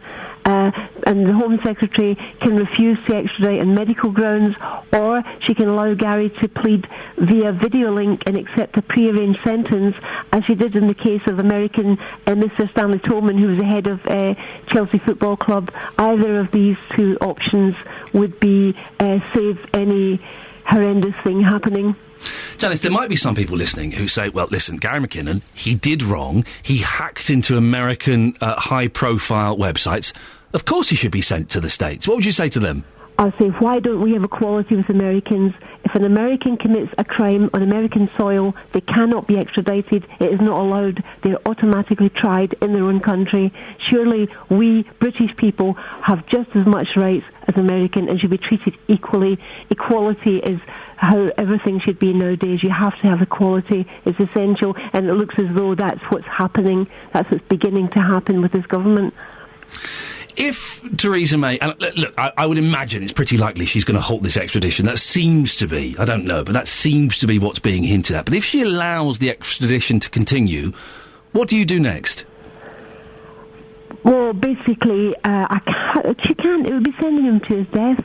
You can't get Home Office doctors saying he would take his own life, not could or might, that he will do as he has threatened, is what they said, and they can offer no reassurance whatsoever. She couldn't say, I'm sending Gary to his death sentence. And if she allows the ex-head of Chelsea Football Club, an American man, Mr. Stanley Tolman, to actually be able to plead via video link, she couldn't then say, well, there's this guy with Asperger's who saw a neurologist when he was 16, has a grandmother with schizophrenia, and a great-grandmother had 50 years in a mental institution and died there, somebody who clearly has very significant mental health issues. How would that look? How would that look? No, I don't believe she'll do that. I think she's been working very hard, obviously, to change things and to put right a wrong that was done to us when this extradition treaty was signed. I mean, even Kenneth Clark says the extradition treaty was a mistake. David Blunkett, who signed it, said he gave too much away and he regrets it, and he wants Gary tried here. So clearly she's gone to a lot of trouble to put right a wrong. Janice, have you spoken to Gary this morning? Yes, but he's terrified, really. I mean, it's been... We've had so many, as you know, ups and downs. President Obama has spoken about it. David Cameron went to President Obama twice.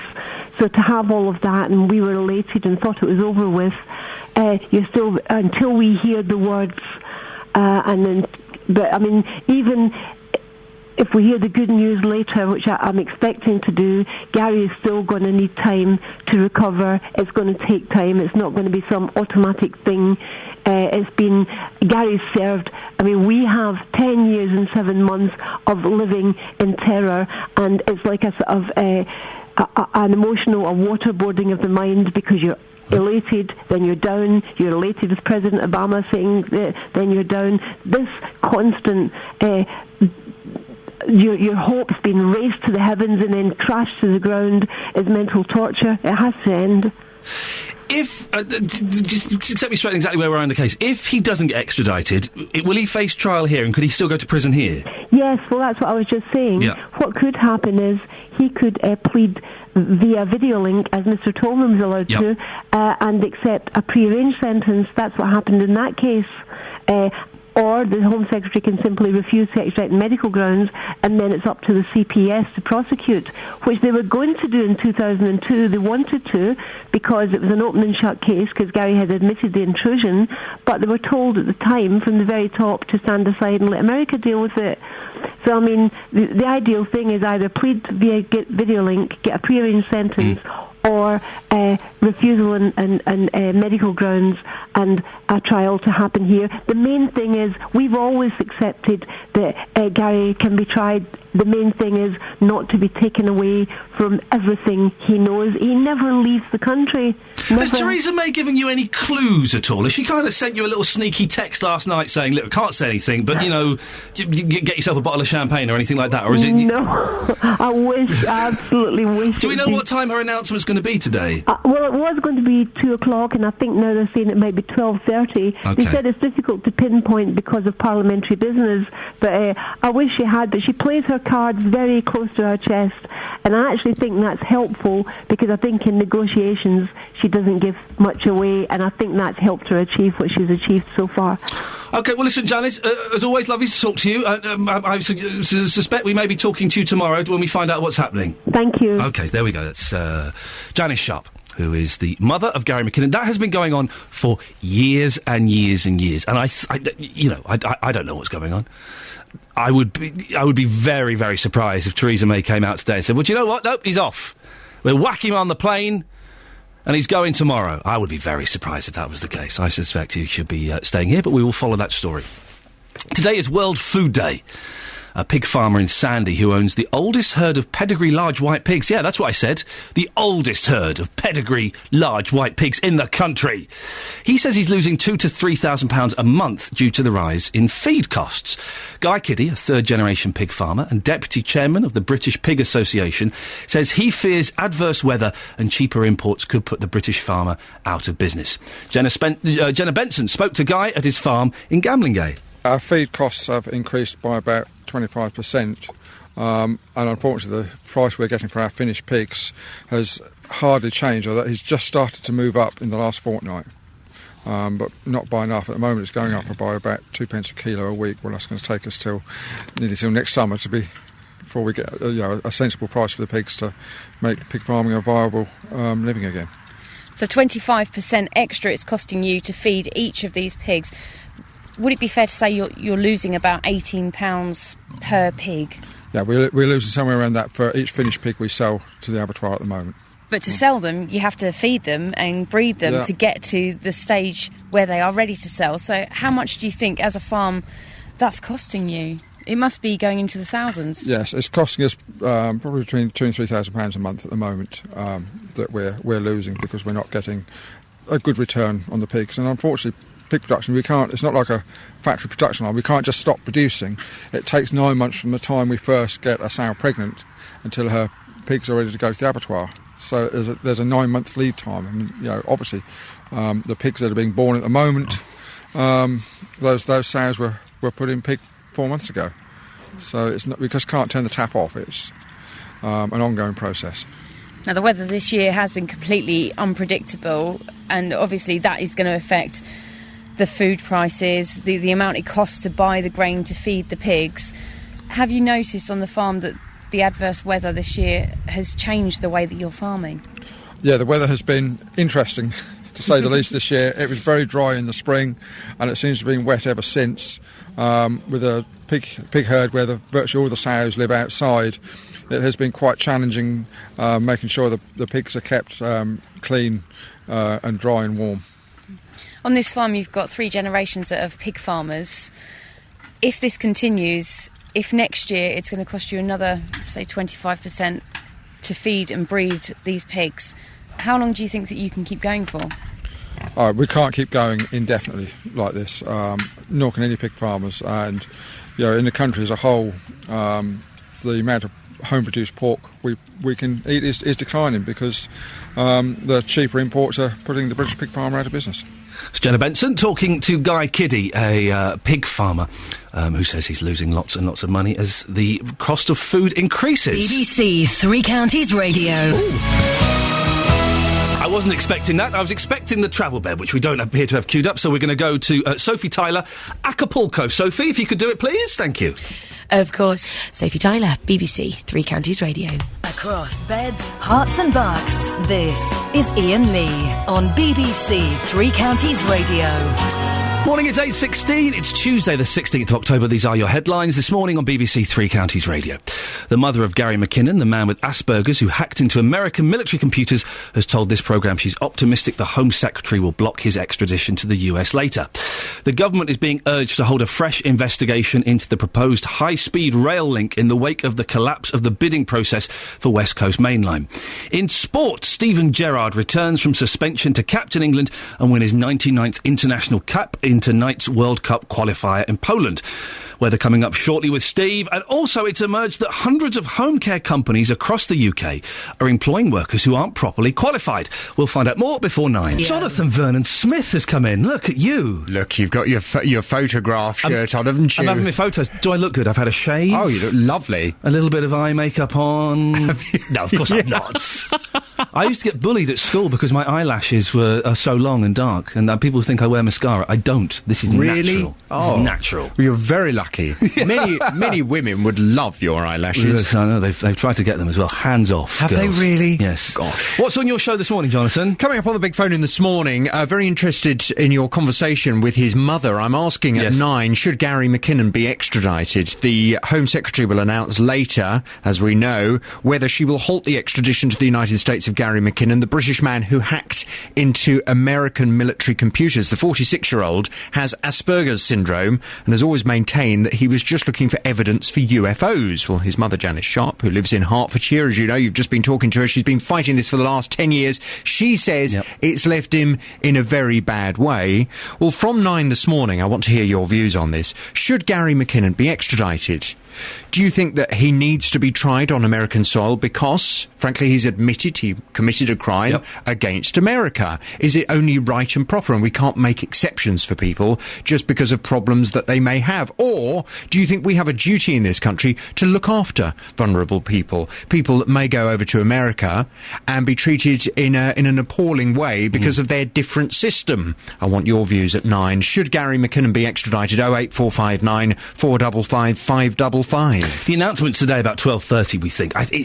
Theresa May would be pretty unlikely she's going to say, send him over there. Go on, put him in chains. I would have thought she's going to have to change her mind, isn't she? Well, I don't know. I mean, they sent off Abu Hamza, didn't they? They were quite happy for Abu Hamza to go McKinnon's no Hamza, though, is he? No, he's not. But perhaps the government will think, well, if America wants somebody enough, and if someone has committed a crime against America, well, we can't go making one rule for one person, another for someone else. We've just got to ship anybody over to America if they want them. Do you know my greatest fear in life is being sent to prison for a murder I didn't commit?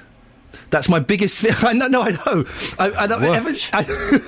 I'll bake you a cake with a violin, all right? I remember being quite young and being terrified that somehow I would get caught up in some kind of murder case and the evidence would point to me and I'd be going, no, I didn't do it. Hang on a minute. Yes. You and I are going shooting together very soon. Don't start telling me this now. I don't you tripping. Oops, I tripped. Sorry. Shot JVS. Listen, I'm very good friends with Bill Buckley. He did an excellent job filling in for you. I promise I'll try not to murder you, Jonathan. Is that the best I can do? Can you please try not to? I'm worried now. I'll try not to. Gosh, this could be it. This could be you in prison on a murder charge. If you do get murdered, I know what's going to happen. They're going to play this recording in court. Oh, no! Hopefully I won't. Thanks. Thank you, Jonathan. See you later on. Ta-ta, always worth a listen. Jonathan Vernon-Smith will be on at 9 o'clock, and if you want to get in touch with him, I suggest you can email him now. Now, hundreds of students across Beds, Herts and Bucks are preparing to retake their GCSEs next month after changes in marking were made this summer. There are around 200 in Bedfordshire alone who'll retake English because they received disappointing grades. So now Bedford Borough Council has decided to take legal action. David Sawyer is in charge of education for the council. Good morning, David. Good morning. Why is the council taking legal action? Well, because students across the borough have been treated extremely unfairly by the authorities that govern these examination grades. I mean, if you want me to explain what happened, in very simple terms... Yes, please. A student who produced an exam paper in the January sitting... Yes. ...who got a C grade...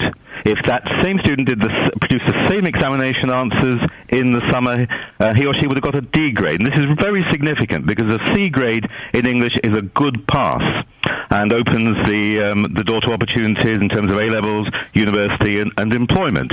A D grade is not a good pass. It's not the standard the students are expected to get to and could have a significantly adverse effect in whether they get into the sixth form, whether they get to university, and ultimately whether they get the jobs that they want. David, what I don't understand, and maybe you can explain this, or maybe you can't, is why the exams that were taken in June that were marked a bit harsher, why they just weren't regraded to the same standard as the exams that were marked slightly lighter in January?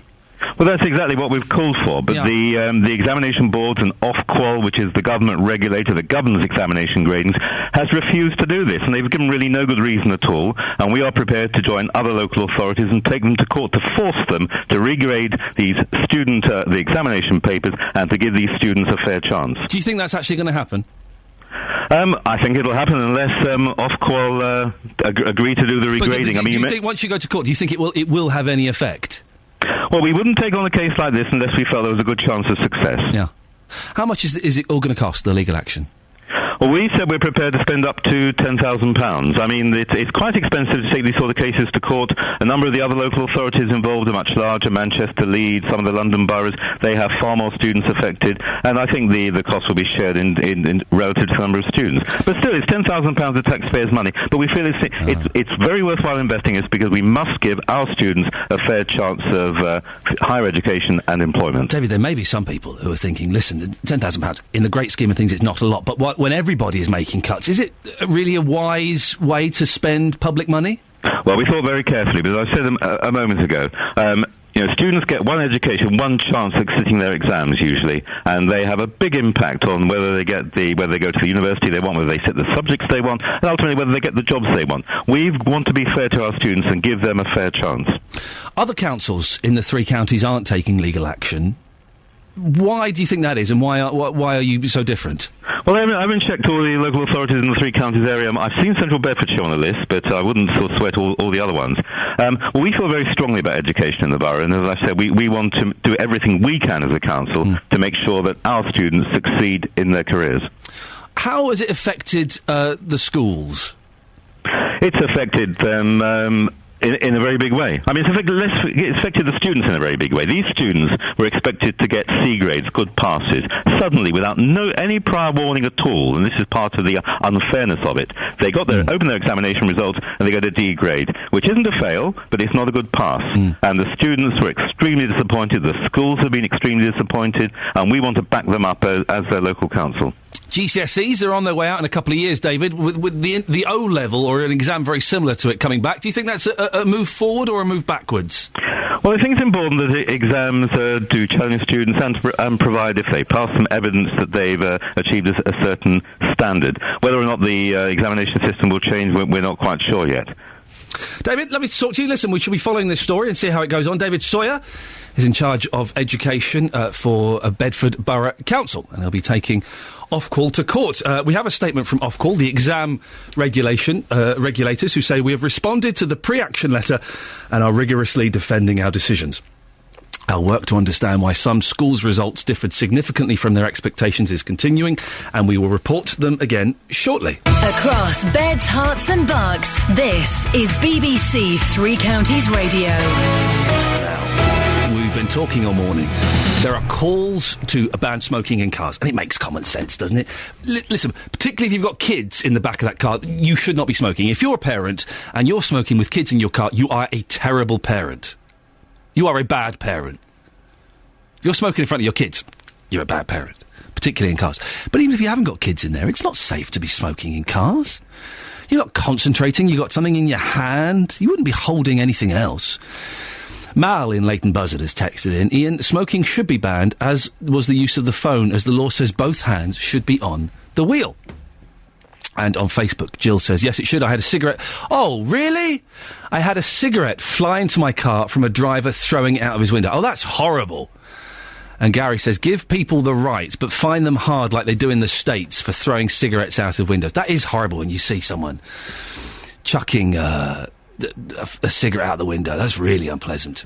We're talking about price rises in food as well. Because of the weather, it was really rainy, then it was too dry, and basically wheat and everything is going through the roof. Have you noticed when you go shopping at the moment just how expensive everything is? It's incredible.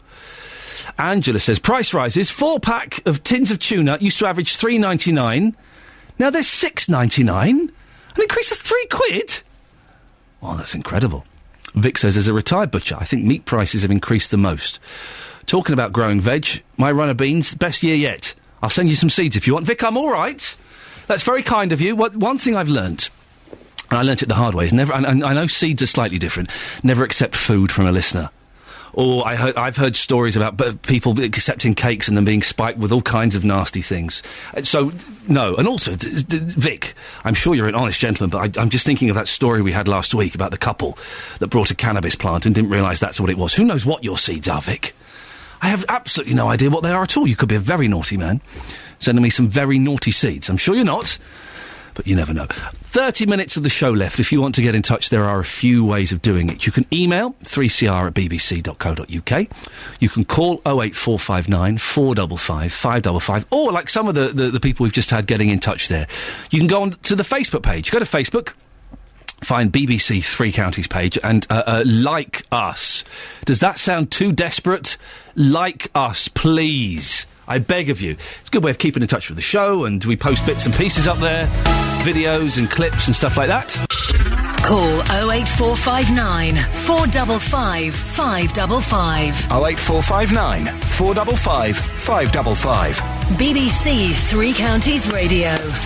Last 30 minutes of the show, JVS will be on at 9 o'clock. Coming up in the last 30 minutes, how the closure of care homes is affecting you, and Hajj celebrations begin. I don't know too much about Hajj. We've got some guests coming in, and no doubt we shall find out quite a bit more.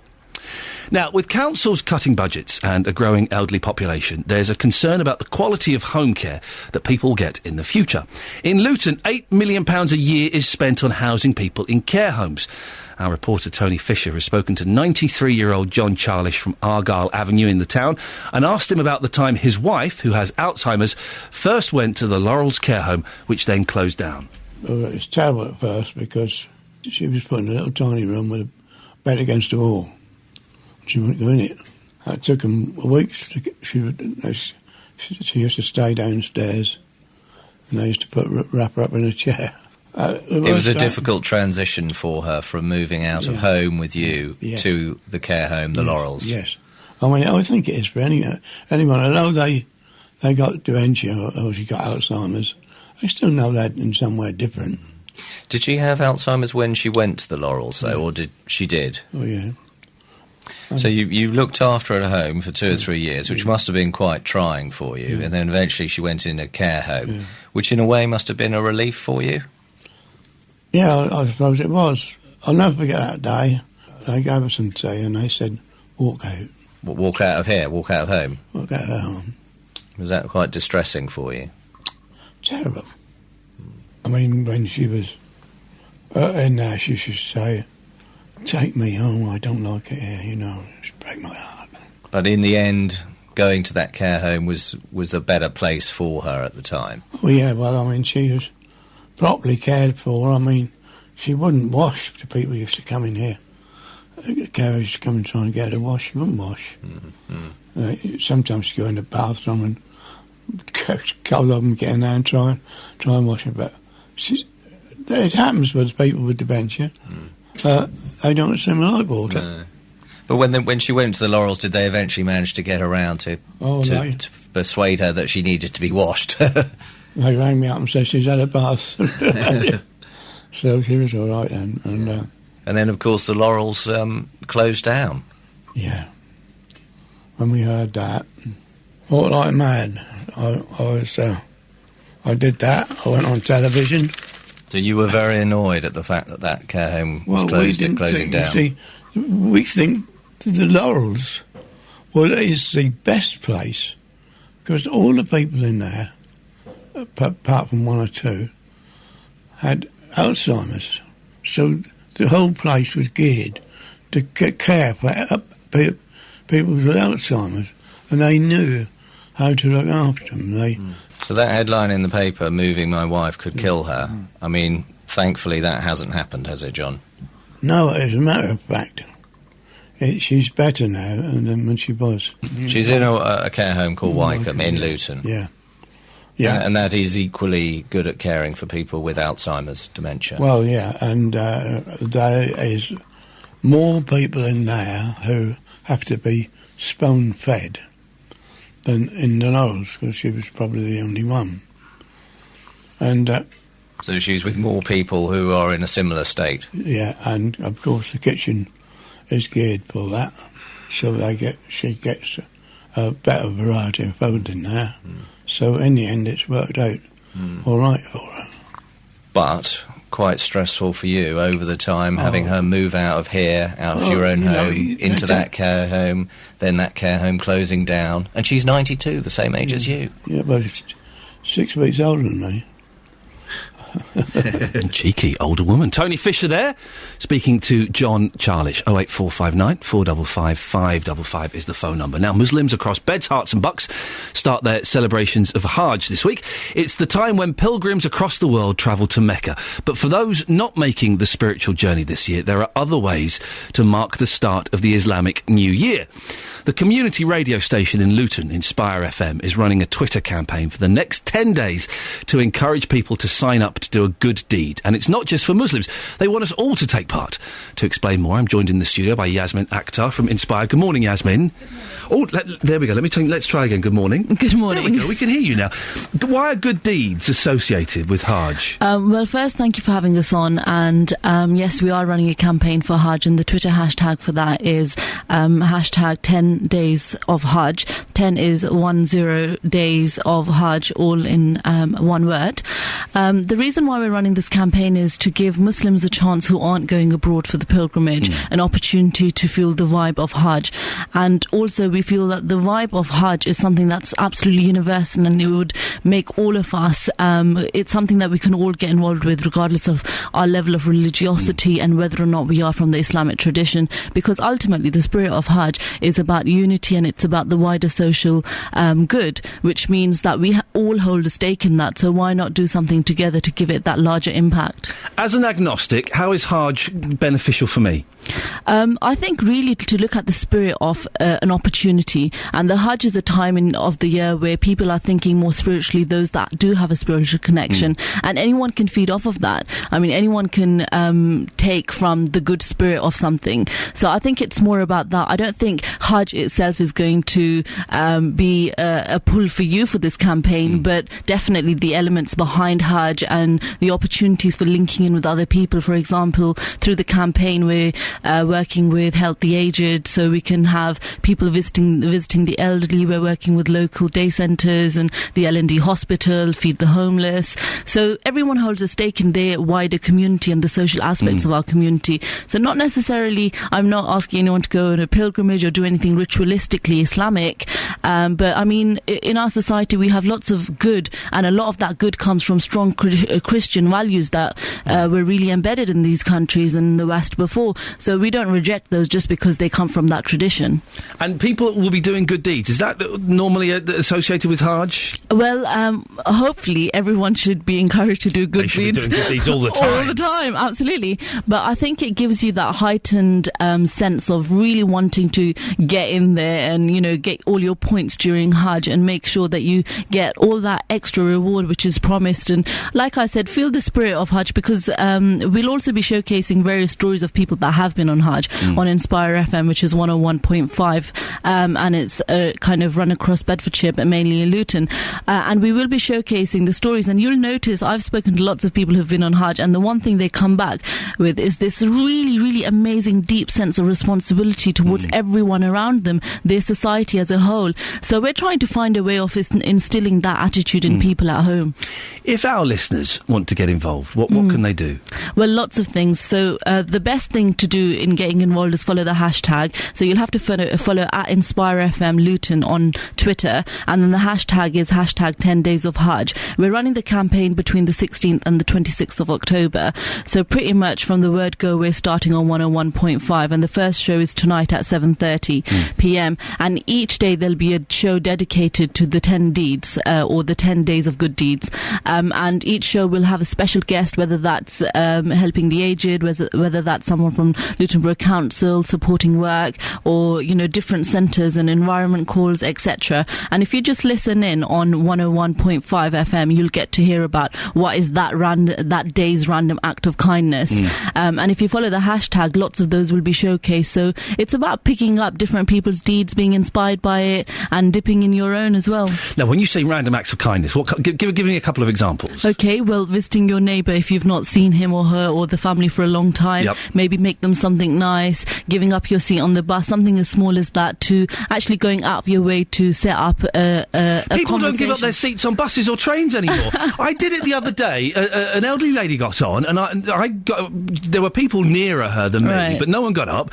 I got up and gave her my seat. I got really suspicious looks from people. That's really kind of you. I have experienced that before, but again... That's just good manners, well, this is great. These are opportunities that we use to revive all the brilliant traditions that we have in our community. Any excuse you can get to revive the best of yourselves is an absolutely brilliant opportunity, and Hajj really gives us that focus. Why is Hajj so significant in the Muslim calendar? Hajj is massively significant, and it has a very long-standing traditional kind of element to it, not just from the time of Prophet Muhammad, who was the final prophet according to Islamic beliefs, but from since the time of Abraham, who was mentioned in scriptures before the Quran. So that holy place, the Makkah, is really, really significant. People make what we call tawaf around it and circulate it, and kind of it's an opportunity for them to cleanse themselves and start afresh and kind of re-establish that real connection with God. And it's a reality check. It's a spiritual check, which is why this campaign is important, because we're trying to give us some sense of that spiritual check without being there. Have you made the pilgrimage before? I've not. I'd really love to make it. I know lots of people that have, Am I right in thinking that all Muslims are kind of required to do it at least once in their life? Depending on means, and whether you can afford to make the Hajj, and then there's levels of priority. So, for example, feeding your family is the most essential thing, and kind of contributing to your absolute kind of rights and fulfilling your obligations. And as long as you've done that, then yes, Hajj would definitely be up there in terms of something that you'd want to do in your life. Listen, thank you very much for coming in. Best of luck with the campaign and getting people doing nice things. That's good enough, isn't it? That would be lovely. That'll be nice, and I think most importantly, linking it together, because there's power in numbers. So if we all do nice things for those 10 days and we link it up using the hashtag, that'll really give it that emphasis and larger impact. So hashtag 10 days of Hajj and you'll have to sign up or say join.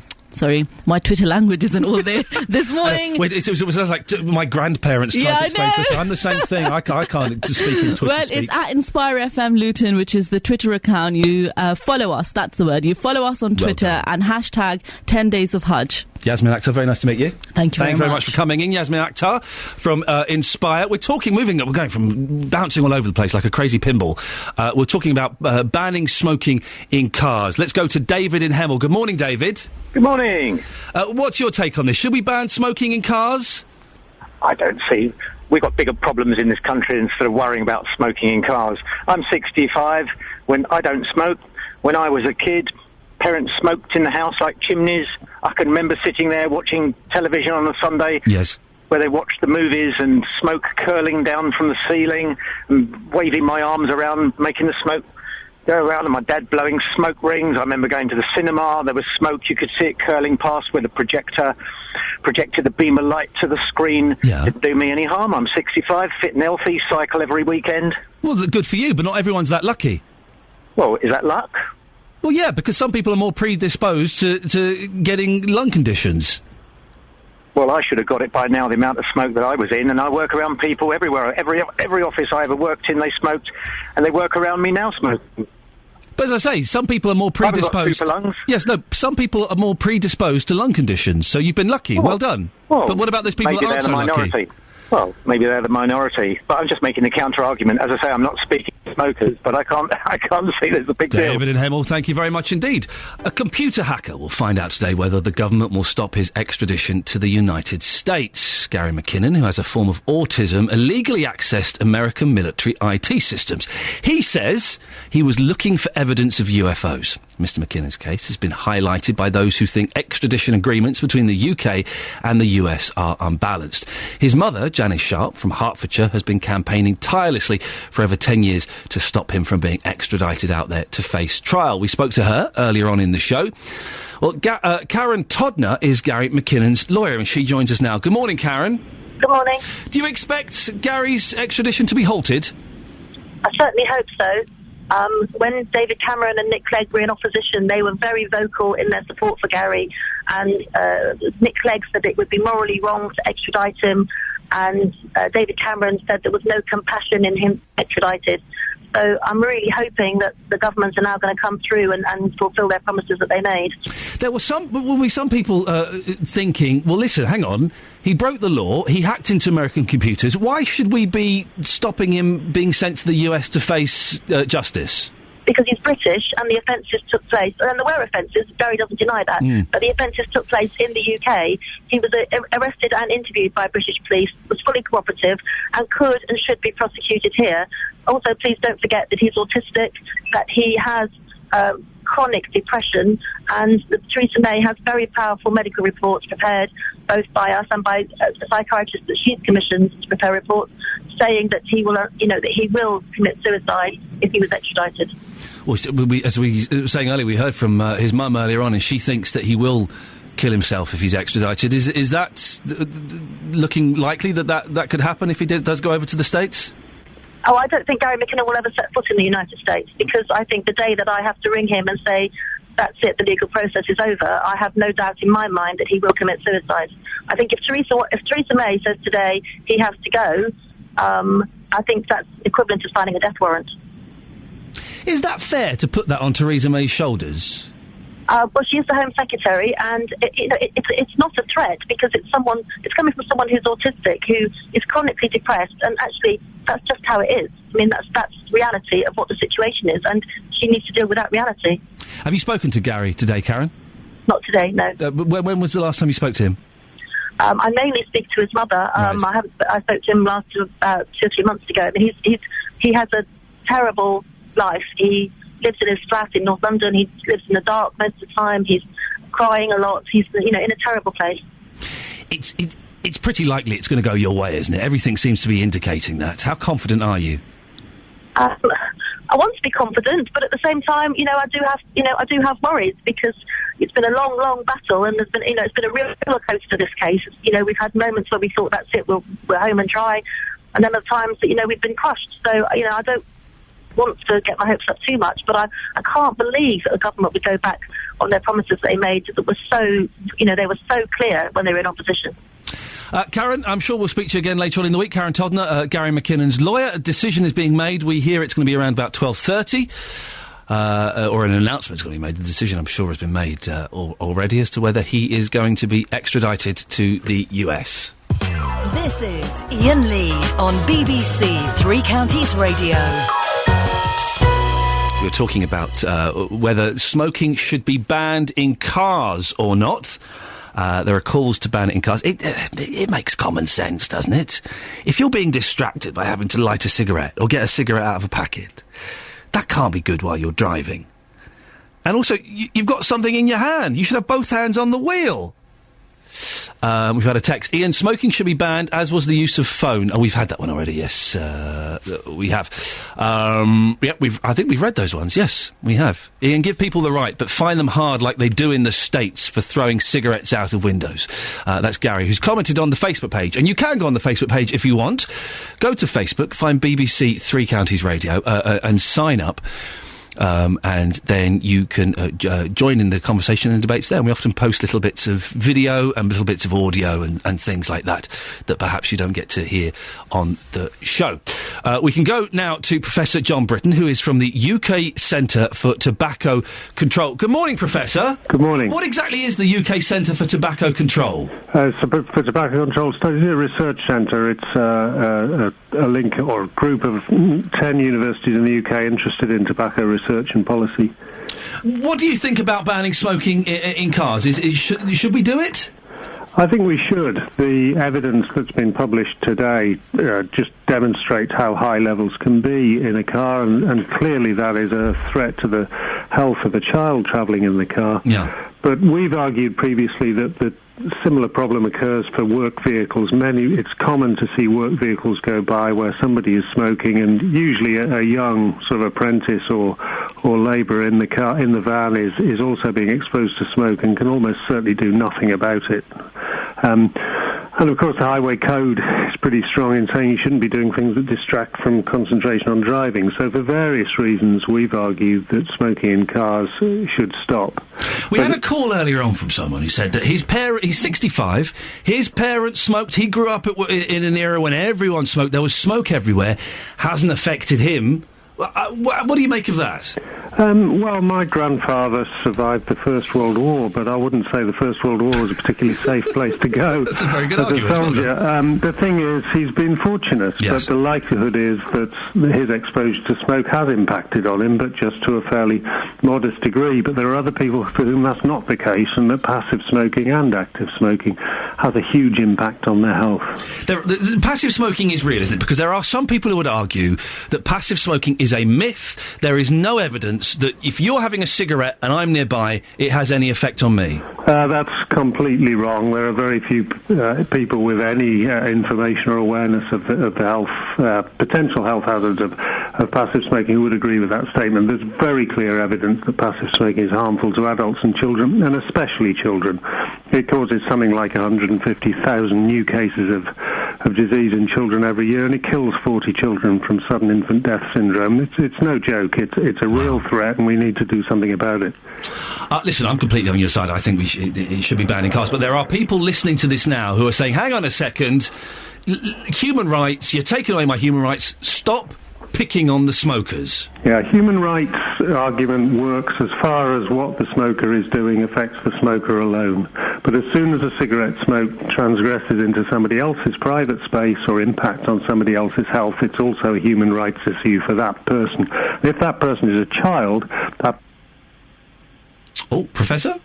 Oh, we seem to have... he's been silenced by the... Hello? Oh, hello, you're back. Sorry. You disappeared. Sorry, I was just saying, the human rights issue applies so far as the smoking doesn't impact on anybody else. As soon as it does impact on somebody else's health, it's an issue for that person too, and if that other person is a child, then the child's rights have to take precedence over the adults.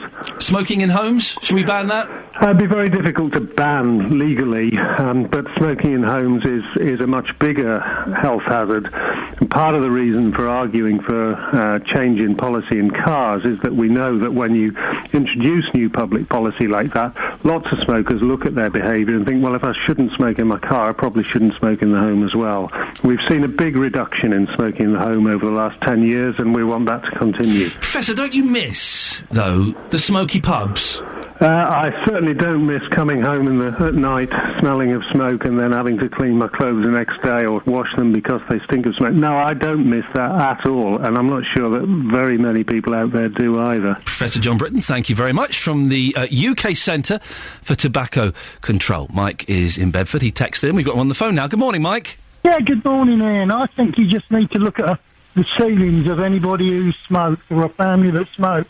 You'll see the colour of the ceilings, and it's in vehicles as well. If you go in a vehicle that's got a light-coloured material on the roof, you can see that there's smokers in there. So to me, it's muck, coming out, sticking tarry. It looks a tarry, filthy colour sort of thing, I moved into a home where there'd been a family of smokers, and it was like, when I thought they'd painted their ceiling brown. Yeah. When I washed it down, it was clearly white, Isn't that, you're absolutely right, and I don't really know anyone who smokes anymore, but in the 70s and 80s, I remember all my grandparents' houses, the walls and the ceilings were sort of dirty yellow. You're right, Ian, you're very right. It's the colour of the 70s. Mike in Bedford, thank you very much indeed. Well, there we go. I think most of us have agreed. that smoking in cars is ridiculous. There's a couple of you who kind of disagree and think that perhaps we should be allowed to do that, but it would seem that there's no common sense in it at all. It's dangerous. It's particularly if you've got kids in. I saw this car yesterday. I stopped at traffic lights. There were two parents in the car. The dad had a fag on. The mum had one in her mouth that wasn't lit. There was a little kiddie who was 2.5 tops in the back seat of the car. I felt so sorry for him. We've been talking about World Food Day today. If you go to the Facebook page, I keep plugging this morning, and with good reason, facebook.com, and find the BBC Three Counties page. You can see Sophie, the pictures of the turkey farm that Sophie went to this morning. Yeah, imagine that. We sent our reporter, Sophie Solario, out to a turkey farm at 6 o'clock in the morning. That's the kind of harsh people we are. And we don't care.